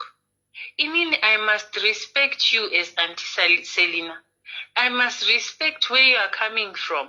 Respect your beliefs. And if I disagree with you, I must respectfully disagree. Very well said. Because we are getting to a point where families are split apart. Aiwa tichikidzani awa havana mate. Aiwa vati batani navo vanoita zvechibhoyi-bhoyi, vanoita zvechivanhu-vanhu. and so forth and so forth. But at the heart of it all, tiri vanhu vanofanirwa kuve neunhu. And if you look at a lot of the principles which are rejected, ma core tenets of the Christian faith, hwaro dzacho dzefaith, the Christian faith yacho. But the greatest is love. And when you have love, you have humility. True. When you have love, you have respect. So this game of insulting each other, I think it has to stop somewhere. And we can coexist. We can, definitely. Yes, we can coexist. So I'm grateful for the last caller. I'm very grateful for the last caller because as he was ending the conversation, he hit the nail on the head. But some of it is a front. It's a defense mechanism. Okay. So I think we just need to get over ourselves and accept that we are a people, we are a nation, tiri vanhu, vane hunhu, and each one is allowed to express themselves whatever they see their higher power to be. And that's my contribution, my tabas. Thank you so much, Mama, for your contribution. Thank you so much. You've actually calmed me down to listen to what you were saying. Not saying all the callers didn't calm me down. Have a very good night. Tatenda ne contribution yenyu. Hai, ndaiona ichi respondeka zvekuti muma comment section omo. A very good night to you. Bye. Regai nditaure ndichiti. Let's always note this. We don't need to clarify. If we are talking about Christians, we are not talking about all Christians. Kuvundukawo chati kwatara hunge iwewe munhu uine katurike. We are not talking about all. Kana tichitaura nevanhu vechivanhu, we are not talking about all. Anti ndokumbirawo mundireducere volume kuseri kwenyu. Makadi anti ndinokuchingamidzai pachirongwa. Hello? Ndiri nani makadi zvenyu anti? Happy New Year. To you too. Okay. Inangwa zvakawanda zvine mibvunzo. Okay. Mubvunzo wangu wekutanga ndewekuti sei isusu vanhu vatema tine mutupo. Wechitatu ndewekuti vanhu vechitendero they believe kuti Jesus died and resurrected. Yes. Saka akafa akavigwa muguva akazoonekwa abuda. Nemadzisekuru awawo akafa hazvina kufanana here. And also in the Bible there's a verse which says, I'll leave you with the Holy Spirit to comfort you. Yes. What is the Holy Spirit? And in number 4, some people they say, Holy Ghost fire, Holy Ghost fire. Ukada uzvipinza kutishona. Holy is something chiri holy, chipoko chiri holy, right? So, mibvunzo yandabvunzawo zvangu ndaungoziyawo ndobva ndagumira. Musati madona regai ndidzokorodze mubvunzo yenyama bvunza ndinodavira kuti pana achafona achingi. Mirai andimbotanga ndaseka.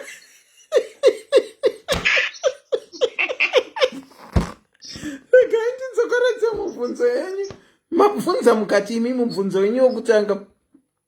Sei isisu vanhu vatema tiine mutupo? Hezvo kana sekuru Ndunge nana Fufu Soko.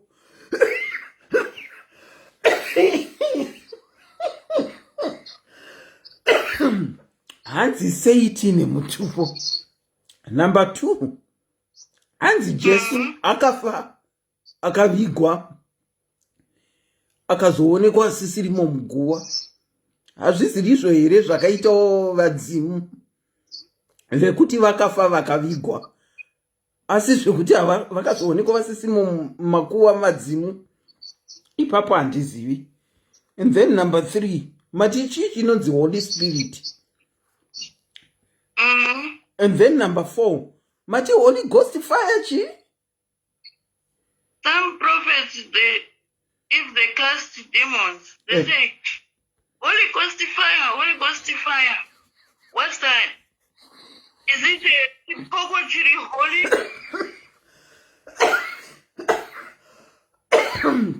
Okay, Kola.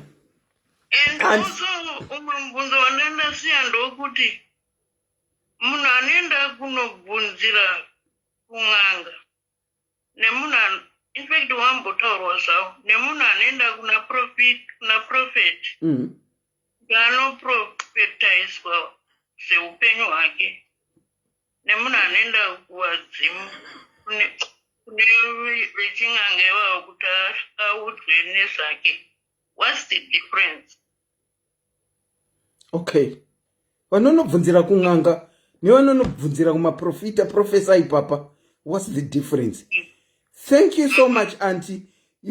Munogona kudzokera ku comment section. Tomirira kuti tione kuti pane achatipindura here pamibvunzo yesei. Asi ndanzwa kunzi ku Scotland vane mitupo. Scotland vane mitupo. Okay. Ndozva ndiri kunzwa kuti Scotland vanoita zvemutupo futi. Saka regai tinzwe kuti pane achatipindura here. Holy Ghost fire. Auntie, thank you so much. Okay, thank you. All right. Auntie Selina. Okay, bye. Take care. Heyo mubvunzo yauya neAuntie. Sei isusu vanhu vechitema tiine mutupo? Mubvunzo uyu. Regai ndimbo ndanda kuda kuritena call. Regai ndichitanga ndinokuchingamidzai pachirongwa SIS MELLY's Diaries. Chikirisitu neChivanhu. Hello, Auntie Selina. Muri sei kwasikana? Tinofara makadini. Aiwa, tiripo. Muda kupindura Auntie wangu here wabvapo? Ndikuda kutaura about Chivanhu. Taurai zvenyu. Ini ndingangoti ndoda kutaura story yangu ine Chivanhu mukati. Alright. Ndiri mwana akakura muchitendero. Chitendero chaingoti munhu akafa mweya unoenda kudenga, mweya unoenda kuHadesi according nekunamata kwedu. Saka mukukura umu ndandiri mwana aiti ndogona kurota zvinhu zvinoitika. Ndomuka ndoti ndarota chakati nechakati kana kuti ndarota mai vepa next door vafa. Zvotoitika. Saka takakura chikoro chikodzi ndezvemadhimoni. Ndokuzouyawo kunzvimbo kuno kwandiri. Auntie Selina. Ndingati ndotangira pakuti pakukura kuti marriage dzairamba. Mabasa achiramba. Uchingoshayiwa kuti chii, uchingoenda kuchechi kuya kwawakakurira, uchingoturikwa mavoko pamusoro, but zvinhu zvakangomira, kungomira zvima zvifambi zvikuri pazvibhogwani, uchishayiwa kuti chimbori chii. Saka ozoti mukufamba kwenguva kuti chiko chiri kumboitika muupenyu hwangu. One day ndakangoita sekunge munhu ari kupenga, ndokufamba like ndingati 5 kilometers kubva kuma 1 AM changa kurwara chirwara nemusoro chichaya kuti chinyi kumbasa kuya uchingoporongora wabva apa waenda pane rimwe basa maproblems hope kwakuenda kungobuda mumba apa usisina murume atotiza kuti ungotraya marriage ino zvaramba murume ototiza upenyu hurungu pamwe wotomboshaya mari yerenti wotombovharirwa panze nhumbi dzotombovharirwa but uchitori munhu unotori nechikoro but zvinhu zvako zvakangomira hazvifambi kuvabereki kuchingонzi madhimoni kwakuzongoti one day apa kuchikristu makambenge muchienda kwatakakurira kuchikristu ndo kwatakakurira kwataibhilivha kuti ukangoturikwa pamusoro mavoko kana uchirwara wotopora wotoenda kuchipatara wotopora ndo kwatakakurira vabereki vachitova vafundisi saka stori yako yokuti inini ndiri kurota zvinoitika vari kuinzwa vari kuiona but kuti vaite action hapana vanongoti ndezvemadhimoni so kuzongokurawo obva wauyawo kuzvibokunoku nemurume zvongoramba murume unotobva pamwe murume wotozosiya mereji murume arara nehama kana kuti wosiya mereji iyoyo murume wadana naye basa rotopera zviri kuonetsa chiri kumboitika muupenyu obva wangoti nangu zvekumaraelationship chirika ndizvisiye ndakuita zvechivanhu ndakuita zvekungogara hangu ndega ndiri mwana anongobhilivha kuti isusu tiri vana vanongoita kuchechi sunday yasvika kuchechi one day ndakaenda kune imwe chechi yanga iri muarea yandanga ndakuenda because kwanda ndichigara nekuchechi kwedu kwakuri kure saka transport chechi makatanga kuridzwa magitari muchiimbwa muchechi ndikabvisa wig ndikabvisa maearring ndikabvisa bhutsu ndikati chii chiri kuda kuitika ndakatora chihandbag changu ndikabuda ndikaenda toilet ndikati chii chiri kuitika ndakubvisa zvoyo ndabuda ndikati ndikaendiende kumba I don't believe muchivanhu handizvizivi kumusha kwedu hakuna hazvisati zvakamboitika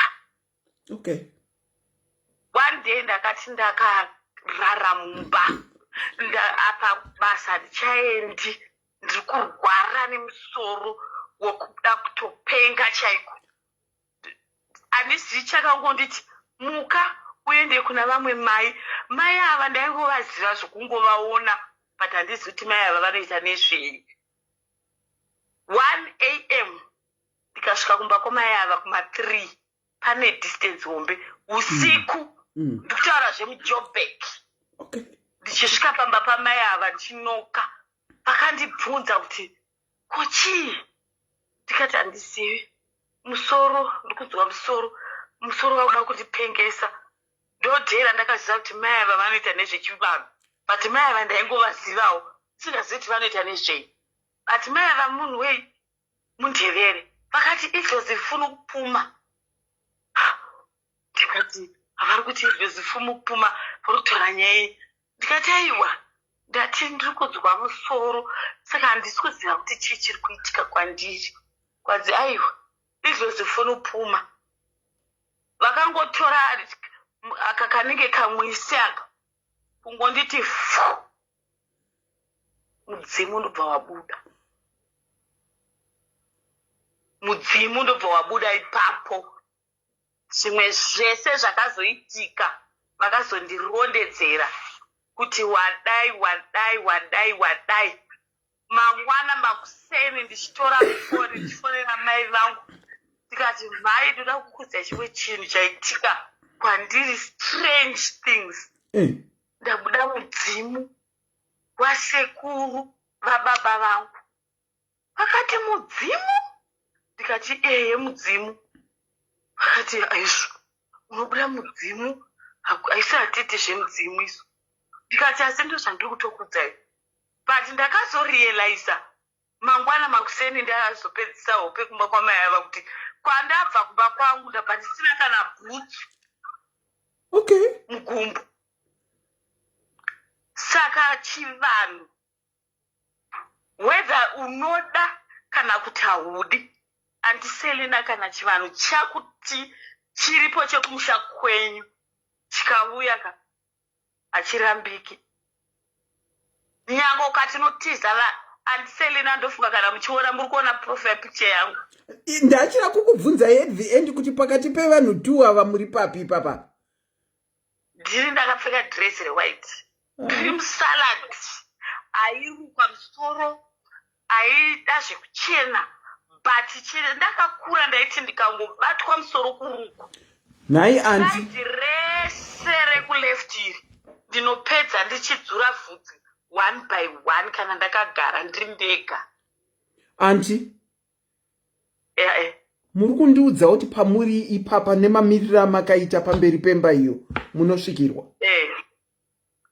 Nemudzimu wasekuru vangu, baba vasekuru vangu inini, mudzimu wekumusha kwedu ini.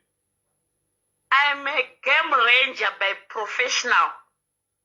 Chivanhu chiriko.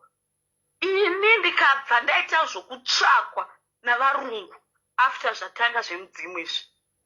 Asi ndainetseka basa, ndikashanda kumakicheni, ndikashanda papurazi, ndikatizwa nemurume, ndikakudzai kuti after zvemudzimu wagadzirwa mudzimu wangu, ndakachata andiselina white wedding.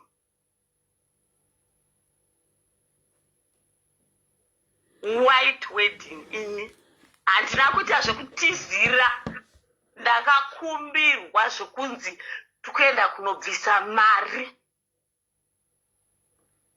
Uye zvinhu zvemudzimu hazvisi zvekuti ndiri kuenda kuno kakawanda tichinzwa hedu paprogramu vanhu vachitaura kuti ini ndine zvakati zvakati, ini handisi kuti ndiri kushoora, ini ndine zvakati ndine zvakati.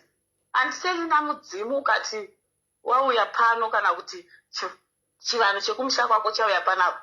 Hachitiziki chivanhu. Anti. Hachitiziki. Anti ndikonfirmereyo for the second time. Mati pamuri ipapa munosvikirwa. Pandiripo panapa ndakatobata nhekwe yangu izvezvi nditobuta bute rangu, nditori nemachira angu, murume wangu anotoziva, akatoudziwa, mudzimu wekumusha kwangu ukatosvika, kana paita problem kumusha kwangu, something chinotoitika mudzimu akatoudziwa kuti munodai. Ndiri pano izvezvi ndakagara pamba pangu, handiloji, imba yangu, ndine imba kuZimbabwe, ndakachata andiselina.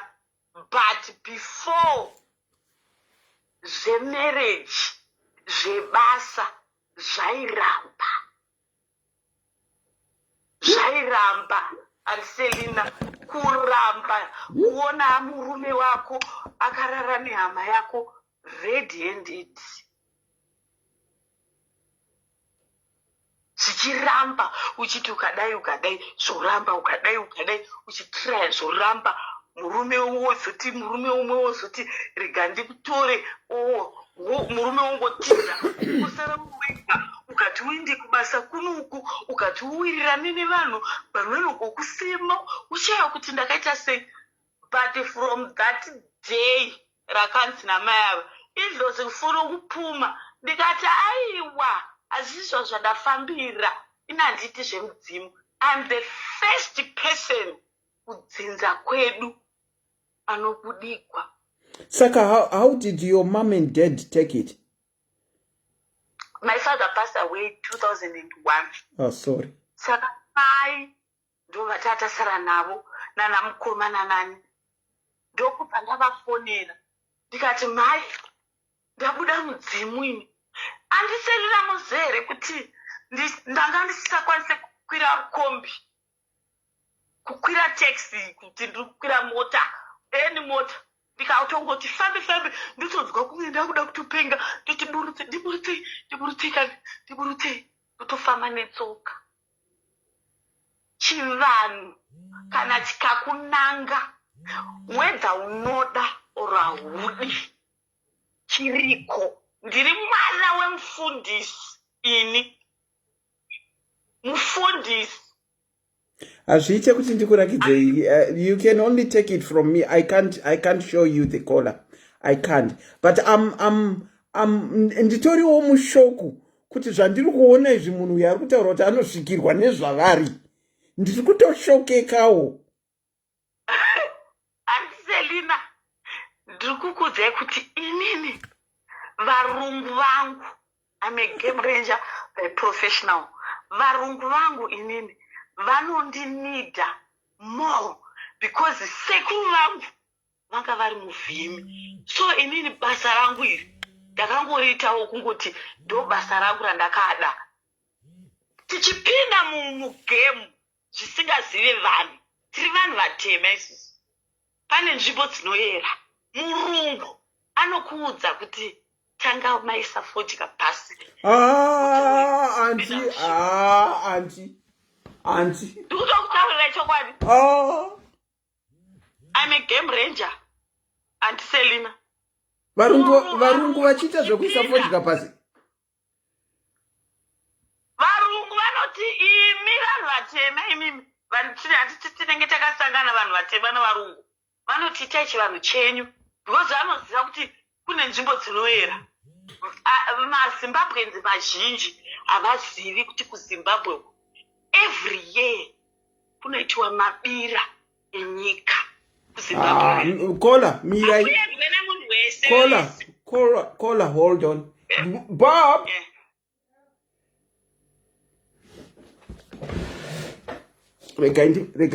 Regai ndifambe necamera. Hold on, Kola. Andizvandambobvunza baba wapani. In your English culture, your English culture, do people in the English culture use snuff? You know snuff? Yeah. Do people in the English culture use snuff? Still, but it's a dying out thing. Or still? A lot of people take stuff really, you take it. But it's sort of dying out. Well, it's not done so much, you know. Okay, all right. Wow. I was just asking my husband, kuti mu English culture vano use snuff here, and he's actually confirming kuti yes, in the English culture they use snuff, but it's sort of dying out. But snuff, yes, it's used in the English culture. Varungu, Auntie Selina, vantu tinonge tichishanda navo. Vanoti imi vanhu vatema, masango atiri kupinda ndenyu vanhu vatema imimi. Saka itai chivanhu chenyu before tisati tapinda musango. Not kuti ivo ndo vanoshandisa snuff. Isu vanotiudza isu vanhu vatema kuti itaso, itai imimi, itai chivanhu chenyu before tisati tapinda musango. Dziriko nzvimbo dzekuZimbabwe, Mozambique, Linda. Namibia. Hold on, Linda Chipo. I'm not talking about, okay, tobacco ndo inozoitwa snuff. Snuff utecha iro. Inini have seen one murungu achishandisa snuff, but it really didn't register to me kuti varungu vanoshandisa snuff. It didn't register, honestly. Saka ndandikubvunza baba kwangu kuti kunoshandiswa snuff here. Vanoshandisa snuff. Varungu vanotoziva kuti kune nzvimbo dzekuno kuAfrica pane dzimwe nzvimbo dzinonzi dzinoyera. But isusu vanhu vatema vanotoshandisa isu kuti itai chivanhu chenyu kuti vadzimu venyu vatitungamirire musango. I'm a game ranger. I think nzvimbo dzinoyera imwe topic yatichauya nayo musi. I'm seeing in the comment section they are agreeing kuti varungu vanouse bute, varungu vanouse bute. Saka I would really love to find murungu wacho anouse bute. But kona vauya vachiti ivo vakakurira vari muumba yechikristu baba namai kumusha kwedu isusu Selina munhu akashaika tinongoita zvechechi even kunzi kugova nhumbi vafundisi vanongonamatira munhu uya totogoverwa hatiite zvekunzi kune magadziro hatiite zvekuti kune manyaradzo munhu kana akafa zvatopera kwaaenda anosika mwana mwari wake shamrokudenga here kana kuti waenda kugere ndo kwatakakurira isusu but I'm telling you kuti mufamily medu dzinza rese ini ndosvikirwa but kumashure uku taisherewa kuti chii chiri kuitika because ndairota zvinhu zvinoitika handina kuti ndin'anga nyaya iya inenge yatora twist nenyaya yebute ratataura naro. They use it but for spiritual reasons, unless it's a new age which all use it. They use it or they not even. Saka munorapa here kona? Aiwa inandirapi. Ndiri svikiro rekumusha kwedu. Okay. Inini. Ndiri svikiro rekumusha kwedu. Kana kumusha kwedu kukaita problem, kana kuti kune something chinoitika, mudzimu unongobuda. Hazvinei kuti ndiri mukombi, kana kuti ndiri pane vanhu antiselina, kana kuti ndiri mumo. Kana zvikatotanga unongotumbuka pese pese. Papo. Ndosaka ndati zvinhu zvemudzimu antiselina hazvisi zvokuti kwanzi ndiri kuenda kunozvitenga kunani kana uri mudzimu wemusha.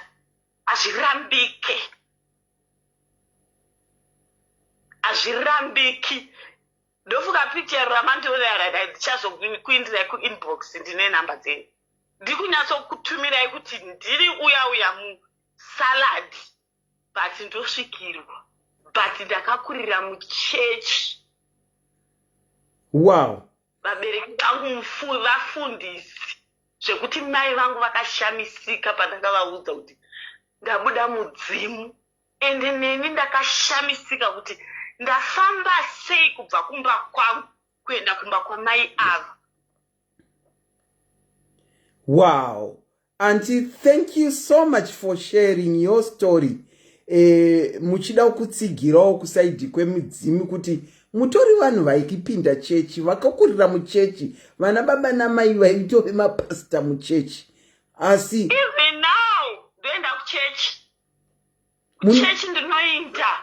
Ndokwandakakurira, but nyangwe ndikangoti ndiri muchechi zvikangotanga ndotobuda panze kupinda mutoileti kutonoputa kuti zvidzikame because hazvirambiki. Munotoenda kuchechi? Kuchechi ndoenda. Ende ndinotoziva Mwari zvokudaro nokuti ndakakurira muchechi, but handingarambi sekuru vangu vakauya kuzogara pano because ndakatraya for years ndikapota ndafa makore ndichizviramba. Ndikatsikisa umwe munhu wandanga ndinaye nemota. Inini ndakajamba. Munhu wandanga ndinaye akatsikwa ari. Yowe. Saka zvinhu zvomudzimu hazvirevi kuti Chikristu chakaipa kana kuti mudzimu wakaipa. Zvinongoenderana nokuti unobhilivha chii. Inini ndobhilivha muBhaibheri. Shoko raMwari ndoda. Asi pane chakashata here kubhilivha in any of the two? Kana pane chakashata here kubhilivha in Chikristu?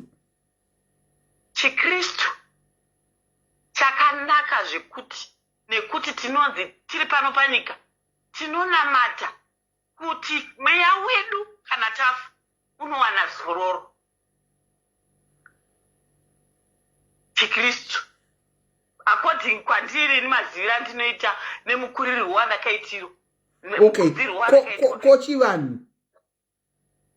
Chivanhu manje ndisekuru vako ndimbuya vako vakafawo kudhara vangoti vakuuya pamuzukuru wangu. Chikitiki sekuru asvika pamuzukuru. hazvinodedzereki kuti waivachuza inini zvauya sei hazvirambiki. Mapanga vimbaitaura hako. Kola, thank you so much for your real life testimony yamatipa. It clearly shows kuti imimi muri kwese. Yes, ndiri kwese because ndiri kuchechi ndokwandakakurira. Mudzimu haurambiki ndivana sekuru vangu. Pandakangobvuma kuti ndabvuma zvino ndazotambura. Ndakambosenga huni kusenga huni muJobheki. Kutsvaga huni muJobheki. Ndisina chokubika. Kudya bhatanati risina kubikwa ndashaiwa chokudya. Mudzimu kana wati uyu ukauramba unobvisa zvese pauri kusara uri wega uri wani ugotambura ugoshaiwa pekugara ugogara mustreet.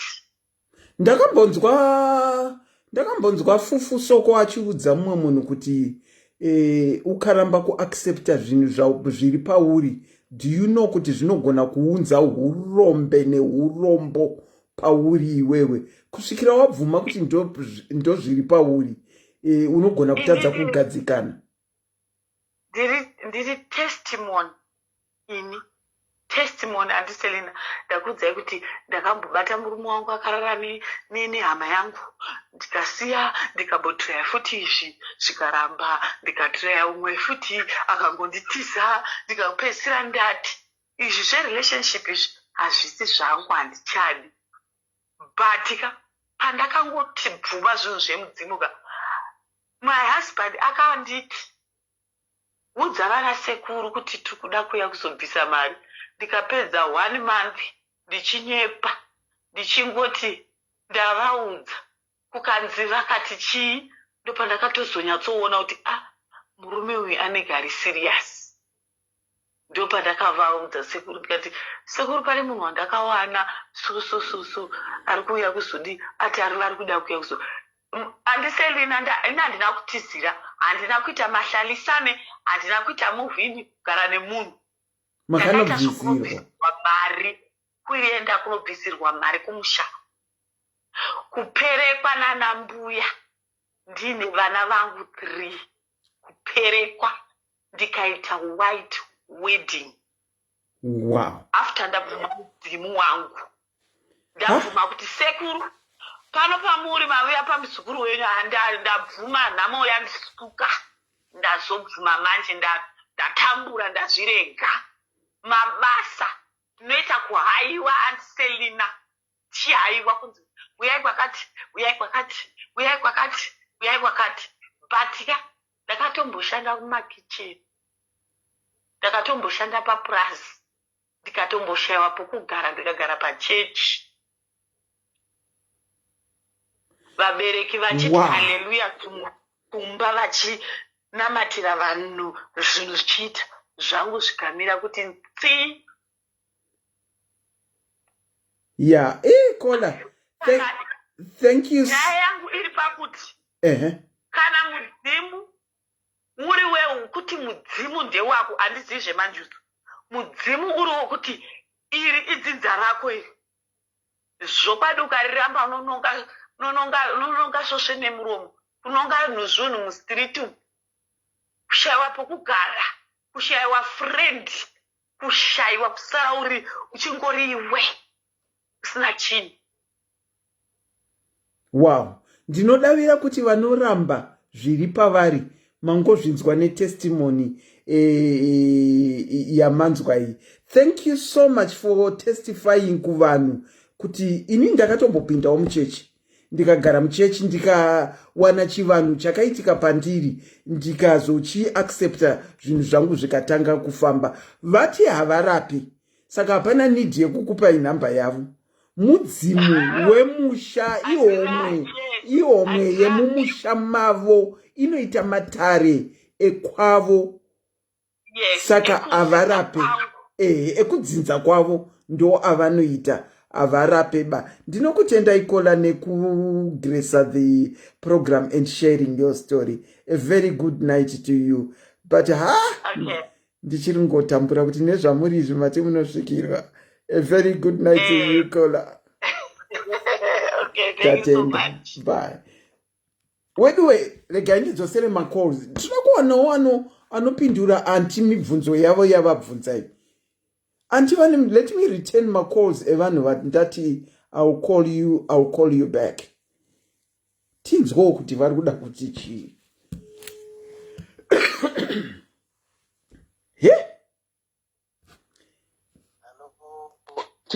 Ndinokuchingamidzai pachirongwa baba makadini? Zvangu kurisi. Hello? Hello? Ndinzo. Muri kuita munge muchinge iri kudzana-dzana. The floor is all yours. Chikirisitu neChivanhu chedu.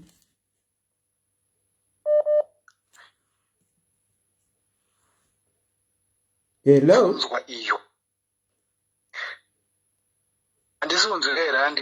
Muri kuita muchinge munokata-kata. Endererai nyumberi tinzwe. Reconnecting. Regai ndimbotora vamwe. Regai nditore vamwe vanga vachitraya kufona. Tinzwe kuti vanoti chii. Zvakaoma. Chikirisitu neChivanhu. Chikirisitu neChivanhu chedu. Ndinokuchingamidzai pachirongwa. Hello, ndinokuchingamidzai pachirongwa Chikirisitu neChivanhu chedu. Makadi yenyu? Tiripo makadi zvenyu mama. Tiripo hedu. The floor is all yours. Okay.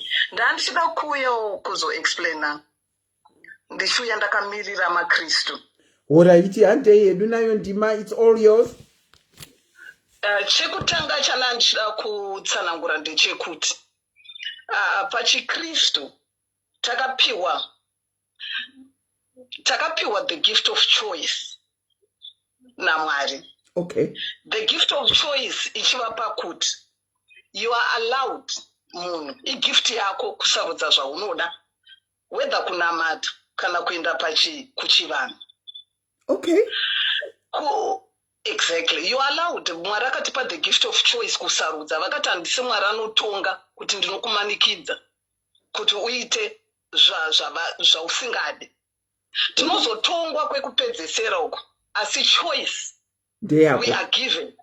Okay. Ndeyako unobvumidzwa. Isusu vanhu ndisi tinotoda kuchuzirana zvekuita. What tinoda kuti iwewe dai wanamata. Tinoda kuchuzirana. Tinoda kuda kusa kuti iwewe enda nenzira iyi. Iwewe enda nenzira iyi. Okay. But exactly. Zvese zvekuti dai wanamata kana kuti dai watedza kuchivanhu.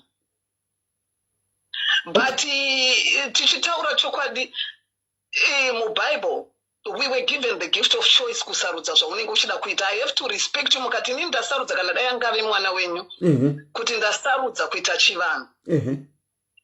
You respect a person kune zvaanenge asarudza kuita because Mwari vanorespecta izvozvo, the gift of choice. Okay. Saka zvakafanana nekuti minamato yakasiyana-siyana, vamwe vanonamata Buddha, vamwe vanonamata Muslim, anotoona zvichimufambira zvakadaro. Mumwe anonamata ichocho chivanhu, anoenda kuchivanhu. Anotoona zvinhu zvichimufambira. Isusuwo tichifamba nemweya mutsvene, Holy Spirit. Kwane macounterfeits akawanda echinamato. Takuita zvemacounterfeits manje. Kumunamato kune macounterfeits akasiyana-siyana. Okay. Macounterfeits ekuti vanhu anenge achiti ari kunamata uko ari kuenda kuchivanhu, zvambotaurwa nani nababa vaya kuti uko ari kuti ndiri kunamata, ari kuenda futi kun'anga during the week, ari kunotora mishonga ikoko. Serving two masters. Exactly. You are not allowed to serve two masters, especially ndakutaurira kuchiKristu kwakanyatsonyorwa zviri clear. You do not serve two masters. However, you are allowed kuenda kuchivanhu, kunoita zvechivanhu. You are allowed. You are free to do that. But wakuya kusaidi rechiKristu, kuchiKristu hakuna izvozvo. You don't serve two masters. Okay. kuchikristu. Isaida kana wasarudza kunamata Mwari Jesu anoti he is the only way, the truth and the life. Yes. Then vambobvunza nezveholy spirit kuti zvinonzi fire of the Holy Ghost ndo macounterfeits atiri kutaura iwayo kuti kuna napapa vanhu vakunamata napapa. Kwane Mormon spirit nyemari yekuti kwane mapastors asiri kunamata Mwari asi vanoita kunge vari kunamata Mwari asi vari kuita zvemari. But in the name of Jesus inenge ichinzi church vanhu vachitoti but Mwari anokutongera izvozvo because iwewe kana uchinamata Mwari chaichai you are given the spirit of discernment. True, very true. Discernment ukasvika pane munhu anoti anonamata kana kuti anoita sei haafaniri kukunyepera iwe ukanyeperwa. Discernment inenge iri kupi? Through the Holy Spirit. True. Saka ukasvika kana vanoti fire of the Holy Ghost chii zvese deliverance kunzi uri kudhilivhwa kubva kuuroyi uri kudhilivhwa kubva kune chakatakati hakuna zvinhu zvakadaro. Unodhilivhwa naMwari through his word by renewing of your mind. Zvakafanana nekuti uri mbavha wakuti uri kunobviswa dhimoni reumbavha haringobviswa pakuti waenda wakungononamatirwa kunzi ndanamatirwa fire of the Holy Ghost dhimoni reumbavha raenda. Hakuna zvakadaro. Okay. Unotobatsirwa kuti wanamatirwa wataurirwa through counseling woramba uchitouya uchiita renewing of your mind telling you about kuipa kwakaita umbavha nezvakadaro. Wagara urimo eventually you shall be renewed and restored. Ozogumisira waregedza umbavha. But zvanapapa zvese vanhu vazhinji vari kunyeperwa. Vari kunyeperwa pakuti chii? Ndichitaura panyaya Aaron naMoses. Moses paakaenda kunotora ma10 commandments kuma-mountains, Mwari akasiya Aaron aine vana veIsrael kuti vavatungamirire. Vana veve muwilderness imomo vakati Aaron isusu hatisi kuda kunamata Mwari watisiri kuona. Iwo tigadzirire Mwari watinoona nemaziso timunamate. Ndo pavakaunza magold ese avanga vauya nawo kubva kuna Faro vakanamata chigolden calf. Anditi mazuva ano anaya tinayo golden calf ine vanhu ndaana papa. Munhu haagone kunamata Mwari asi anoenda kuna papa achiti ndinamatire. Haagone kukunzwa kuna Mwari asi anoenda achinoti prophesy. Zvichida kumapostori ndo zviri kuitika, mhuri dzichiparadzwa ikoko zvichingoita kunge zvina Mwari mukati asi kuri kuita kwaSatani kwese kwekuti tichanyeperwa. But if you know the truth shall set you free. Saka ndo pane secret ipapo kuti Satani ari kupindawo. Even mukaenda kuchimuslim unonzwa mamuslim chaiwo achitaura kuti hatisirisu mamuslim aya anonzi anoputitsa achibhomba vanhu. Hatidaro isusu, hazvisiri izvo zvinotaura shoko redu. But vatori nawo avo vanonyepa ivavo vachiti tiri vachinyepa nezita rerudzi rweuye vachinoputitsa vanhu vachiuraya vanhu. Tinazvo izvozvo kuchikristu. They lie kuti we are Christians when they are wolves under sheep skin. And the shoko rinototaura kuti during the last days you shall know the truth, but through the eyes of the Spirit. Holy Spirit mweya mutsvene unogara mauri. Ende zviya zvekuti of course handizvirambe kune vanobhilivha kuti mweya wemunhu akafa unodzoka uchifamba panyika. Mai vaya vabvunza vakati ko Jesu zvaakafa akamuka 1 kubva muguva. Saka zvinoreva kuti madzisekuru edu aya akafa. Ndiri kupindura mai vaya vamataura kuti pana anokwanisa kuvapindura here. Niki madzisekuru edu akafa anogona kumuka. Since Jesu akaita sei akamuka kubva muguva. Hakuna isusu kuchikristu spirit inobvumidzwa kunzi kana yakafa inomuka ichifamba munyika. Kusara kwespirit 1 yemwanakomana waMwari yakamuka kubva mugrave akadzokera. Akasvika papaina madisciples vakada kumubata akati musandibate ndichine tsvina. Because anga asati aita sei adzokera kuna baba anga achitobva mugrave achipfurira kuenda kudenga. Saka kuchikristu isusu hatibvumidzwe kuwoshipa any dead spirit inonzi munhu yakafa akamuka akafamba panyika pano. Kuchikristu hakuna izvozvo. Munhu akafa akazorora kusvikira musi uyo Mwari vachauya kuzotora vagere nevakafa. Jesu achadzoka kuzotora vagere nevakafa. Ende kuziya chiri kunetsa vanhu vakawanda stereke kavanoti Mwari haasi kundishandira, Mwari haasi kundiitira zvandiri kukumbira. Because havateedze zvakawanda zvinodiwa naMwari, vanoita mahafu. Saka kana uchita hafu uchiti kugumbo kunze gumbo mukati handisi kureva kuti anyone is perfect. We are all not perfect. But Mwari vanoenda nehana yako. Is your heart in the right place? Vanoziva mwoyo unoda kuvavarira kunamata Mwari. Even uchimbodona hako asi vanoziva kuti uyu ari kuvavarira. Uyu ari kutsvaga Mwari. Asi hatisi perfect. But then kune vamwe vano uri kutsvaga Mwari wei, uda kungobatsirwa, uri kutsvaga basa, uri kutsvaga mari, Mwari ndeve kuda munhamo nematambudziko. Vanoti he is the God where the valleys, even muvhali momo uchirwarirwa. NdiMwari. Minana iri kutorwa nziri kuitika kuchivanhu. Tiri kuionawo isusu minana muna Mwari. Tiri kuiona ndikakudza munana ndotaura example yangu yemunana unotyisa wandakaitwa naMwari. Murume wangu akadona ndiri kubasa. Zvekuti ndiri kubasa. Ndinogara kwamunogara imimi ari.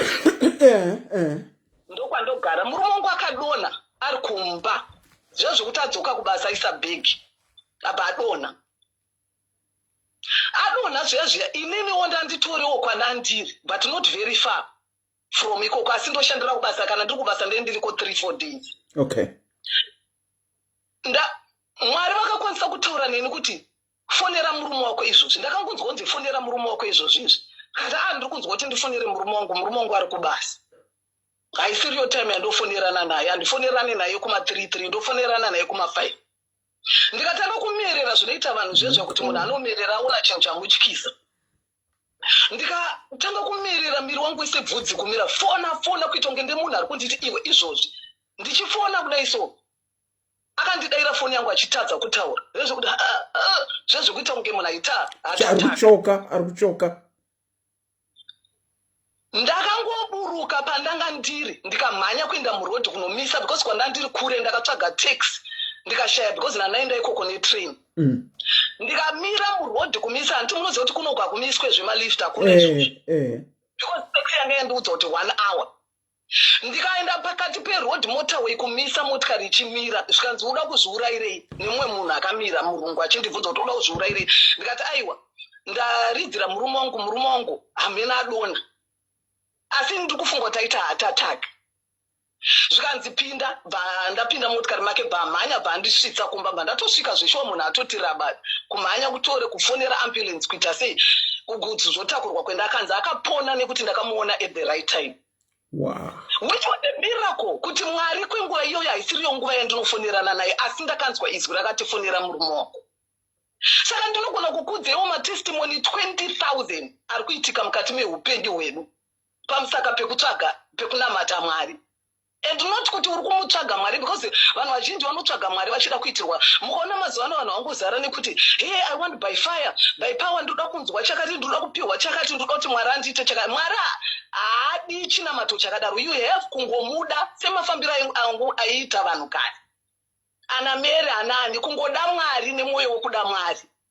And then the rest, seek ye first the kingdom of God and the rest shall follow. Saka apa handisi kuti zvangu vanhu ngavaende kusaidhoko kana, because I respect the gift of choice. Mwari akati gift of choice, you are allowed to do what you want. At the end of the day unozotongerwa izvozvo zvacho zvandosaka vanhu vakawanda muone vasinganamata, asi kekupedzisira munoona vachiita sei. Kana munhu akuenda anodedza chechi kuti 3/4 yevanhu why vachidaro. Why even kana vanhu vanoenda vanopedza upenyu hwese achienda kun'anga, asi musi wekupedzisira anoda kuenda anoda pasta pamberi apa kuti hanzi bhodhi yake ipfuure nemuchechi. Why? I've always asked kuti why do you want the church now? Why uda kupfuura nemuchechi? Wadi kungoenda kana waienda kun'anga kana kumasvikiroka, enda kana nemasvikiro, perekedzwa nesvikiro. Why uri uda kupinda muchechi? But munhu wese mukada kuona ipapo pane secret.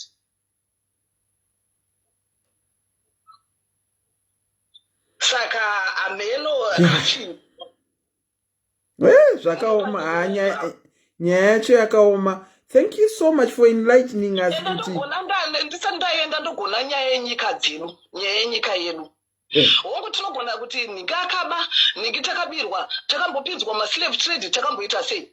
Ndinoda kuti andika mutarise nyika dzese, mumboita esurvey yekutarisa nyika dzakasiyana-siyana.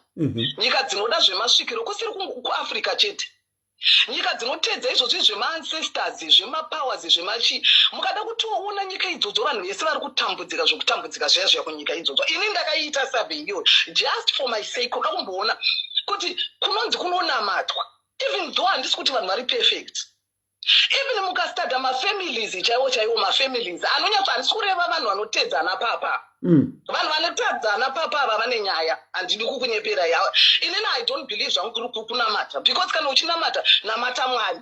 Enda kuna Mwari chaiko chaiko. Why do you want a middleman? Middleman, why do you want a middleman pamberi paMwari? Golden calf. Yekuti the god of Ningi, Papa Ningi, the god of Papa Ningi. And I don't believe in that. I believe kupugama nemabvangu ndichenda pana Mwari munhamo nematambudziko chese chandawana ndinoenda pamberi pavo whether zvakanaka whether zvina kunaka. Ndinoenda pamberi pavo. Saka musade makantries ese kana vanhu vari kuteerera iye zvinezvi mumbotarisa kupi kungave kuYugoslavia kungave kupi vanhu vanoti the god of wakati vachitedza mumboona kunetseka kuri kuita nyika idzodzo mazuva ano. Mumbozvitarisisa. Tiri kutaura at large big ratios. Okay. Unoona kuti pane tasemoni kana kushupika kwataita muZimbabwe. Tasemoni kushupika kwatiri kungoita chete hatiri kunyepa kushupika kwatiri kuita. Tasemoni kurasika kwataita even munyika dzedu vanhu vari kuchema even kana Zambia kana Malawi. Havasi kutambudzika sekutambudzika kwatiri kuita uko. Tasemoni kana ana South Africa maZimbabwe tatambudzi. Hatidi kunyepera. Asi ipapo mama. Zimbabwe mungaifananidze neNigeria ana the god of anonzani uyo kufa manje the god of anonzaniko uyu TB Joshua. Nigeria iri mberi mama. Aiwa dzese nyika dzacho dzese dziri kutongonamata izvozvi zvinana papa zvimifananidzo ingoitai survey chete ingobude munyaya yekuti vanhu kutaura ingoendai kusurvey kumbonotsvaga kana kuti nyika dzinodzi dzinoitwa zvana Buddha, nyika dzinodzi dziri kuita zvana Muslim, nyika dzinodzi vari pane kamwe kakutambudzika kekuti vanhu vanenge vachikuti watamboti nyika yakadai nyika dai vanenge vasinganamate kana vasingateedzezve vatori nani. Pane nyika dzakarasika dzekuti hadzitomboziva kana kuti kuna Mwari kana kuti kune the god of what inyika dzakangogara dzekuti havatomboandastenda kuti kune some other force iriko. Vatori nani because ivo vachaitirwa nyasha. Nganditoredzerei. Okay. But let's talk about ndinoziva kuti Mwari ariko idzodzo fanika Zimbabwe kana nemukushupika kwataita muZimbabwe munofunga kuti kuri inomo. Vanhu vavigirwa hama dzavo vasipo. Vanhu vaita sei? Vanhu veZimbabwe takangozara tiri chiseko chenyika but tatodzokerawo shure futi kutoenda kunotora futi chi midzimu kwaMwari anga ari kupi oraitapo shoko rakauya oraita saka muri kuti idzo nyika dzinotaura zvekwaMwari kuti Mwari ndo dziri kutambura stage. Aiwa dzinotaura kuti mweya yoimwe mweya isiri mweya yaMwari. Zvenge zvinoita Zimbabwe anti Zimbabwe ine masvikiro izvozvi tatadzora kawese handiti tatadzora wese masvikiro acho izvozvi nanambuya nehanda vatodzorwa kamamisha vakaitwa mastatue zvese vanhu ndiri kutoona kunge mazuva ano zvatowese kudzokera nenhamo iriko ika vanhu vabva vati ngatidzokerei kupi. Maybe it's because hatisi kuombera mudzimu yedu nekudzokera kumudzimu vanhu vabva vatodzokera fanika especially this season it's even worse. Vanhu vakutodze would rather go back to my ancestors. Is there anything wrong in going back to your ancestors? Hapana chakaipa, but why kuti ukomboti varungu vauya woti hanzi taunzirwa gospel uku munhu auya uku woti rega ndidzokere uri kuchanga uri kutsvaga raramo. When you believe in something you stand on it. Like in I believe in God, I will die believing in God. I will die for the gospel. Handina zvanza zvekuti ndiri kutsvagira Mwari kuti ndibatsirwe nhamo dzangu. No, handina izvozvo. Whether ndarwara nhasi kusvika padeathbed ndichasvika padeathbed ipapo ndichinamata Mwari ndichienda ndichinamata Mwari. But vanhu vari kutsvaga Mwari wekuti zviite nani. Zvinhu zvinganake sei? Ndingakomborerwe sei? Rega pamwe ndikaenda uku, pamwe ndikaenda kumapostori, pamwe ndikaenda kuchechi. Ona kuchechi kuyagara 3-4 years zvaramba. Maybe rega ndimboenda kumasvikiro. You see, it's a person who is confused. They don't know what they want. Stick to what you want. Make your choice. Ogara iko. Mama Kola. Kana munhu asvika pa nguva yekuomerwa nechinhu, whether it urwere, whether it in life, unoita confused. zvekuti kuchishona kwedu kune saying inonzi gunguo rakapona negwaku mugwaku. Unoita confused to such an extent yekuti unenge wakungotsvaga chero zvinokubatsira. Hence vanhu vari kumhanya kuti vakamhanya nekuchivanhu chedu vomhanya nekumachechi. It's because tatambura to the extent yekuti we don't know what will help us anymore. That means people are not trust yezvinhu zvatinobelieve. Ndakupa example, it was a near death experience. But mama, how can you continuously trust one thing for the last 40 years and it hasn't worked? Unotongotsvaga zvese.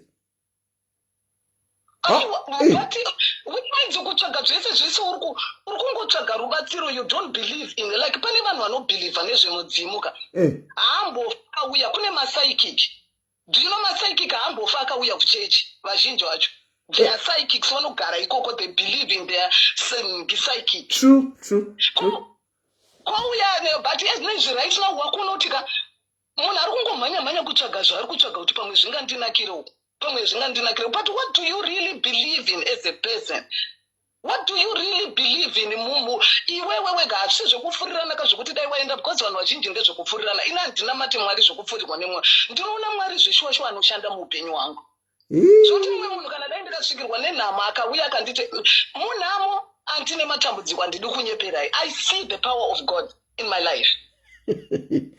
Matestimony dai kuri kunzi ndikakudza matestimony ekugara munyika dzine idzi, magariro atakaita, mawaniro atakaita, mapepa. Munonyatsoona kuti zvishosho kuna Mwari.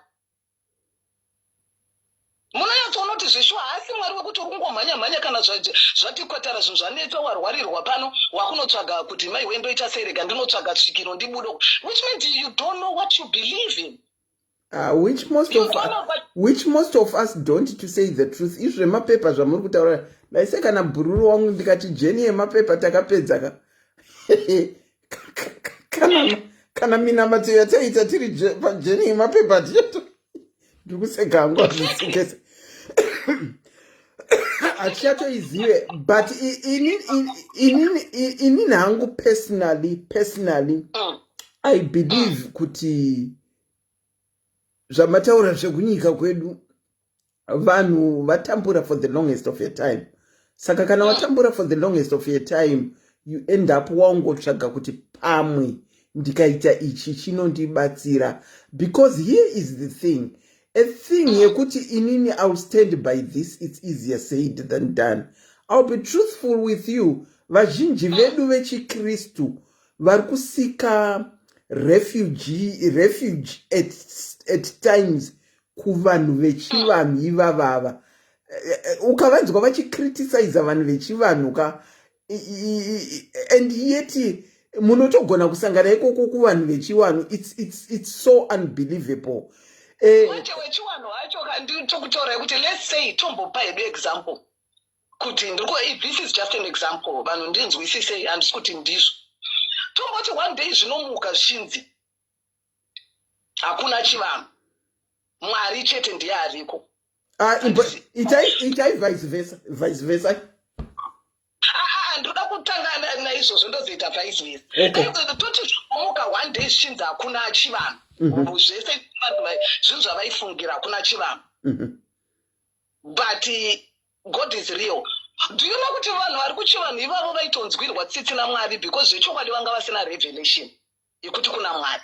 Vanga vasina revelation like pa cross pipe anti makona Jesus angari pakati pevanhu tu imwe yange asi kola muri kuti vainzwirwa tsitsi but mambotiti we are allowed to choose. Saka vaigonzwirwa tsitsi dzei when we were given the gift of choice. Because haana kupiwa revelation. Kune vanhu vanopiwa revelation. Yesi Mwari akati ndichada wandichada. I will love who I want to love. Vamwe vanhu vane revelation.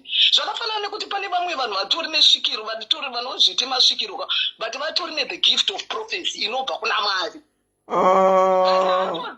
Ndikutokuudzai but haatozivi kuti gift iyoyo inini handirambe kuti kune vanhu vari kuchivanhu chaiko vanoprofita dziri n'anga ka asi iri n'anga inotoona zvechokwadi inotoona zvechokwadi but sosi yacho inenge yakapa gift yemagift ese anobva kuna Mwari okay, all right. Zvamuri kutaura izvozvo, let me give an example of those that watched Zimbo live before yesterday of baba vaigadzira meni. I got confused vachigadzira meni yavo vachisanganisa mishonga pakunonongedzera nechitsvimbo chavo vachiti muzita rababa neremwanakomana. Wisdom inofana kushanda anti.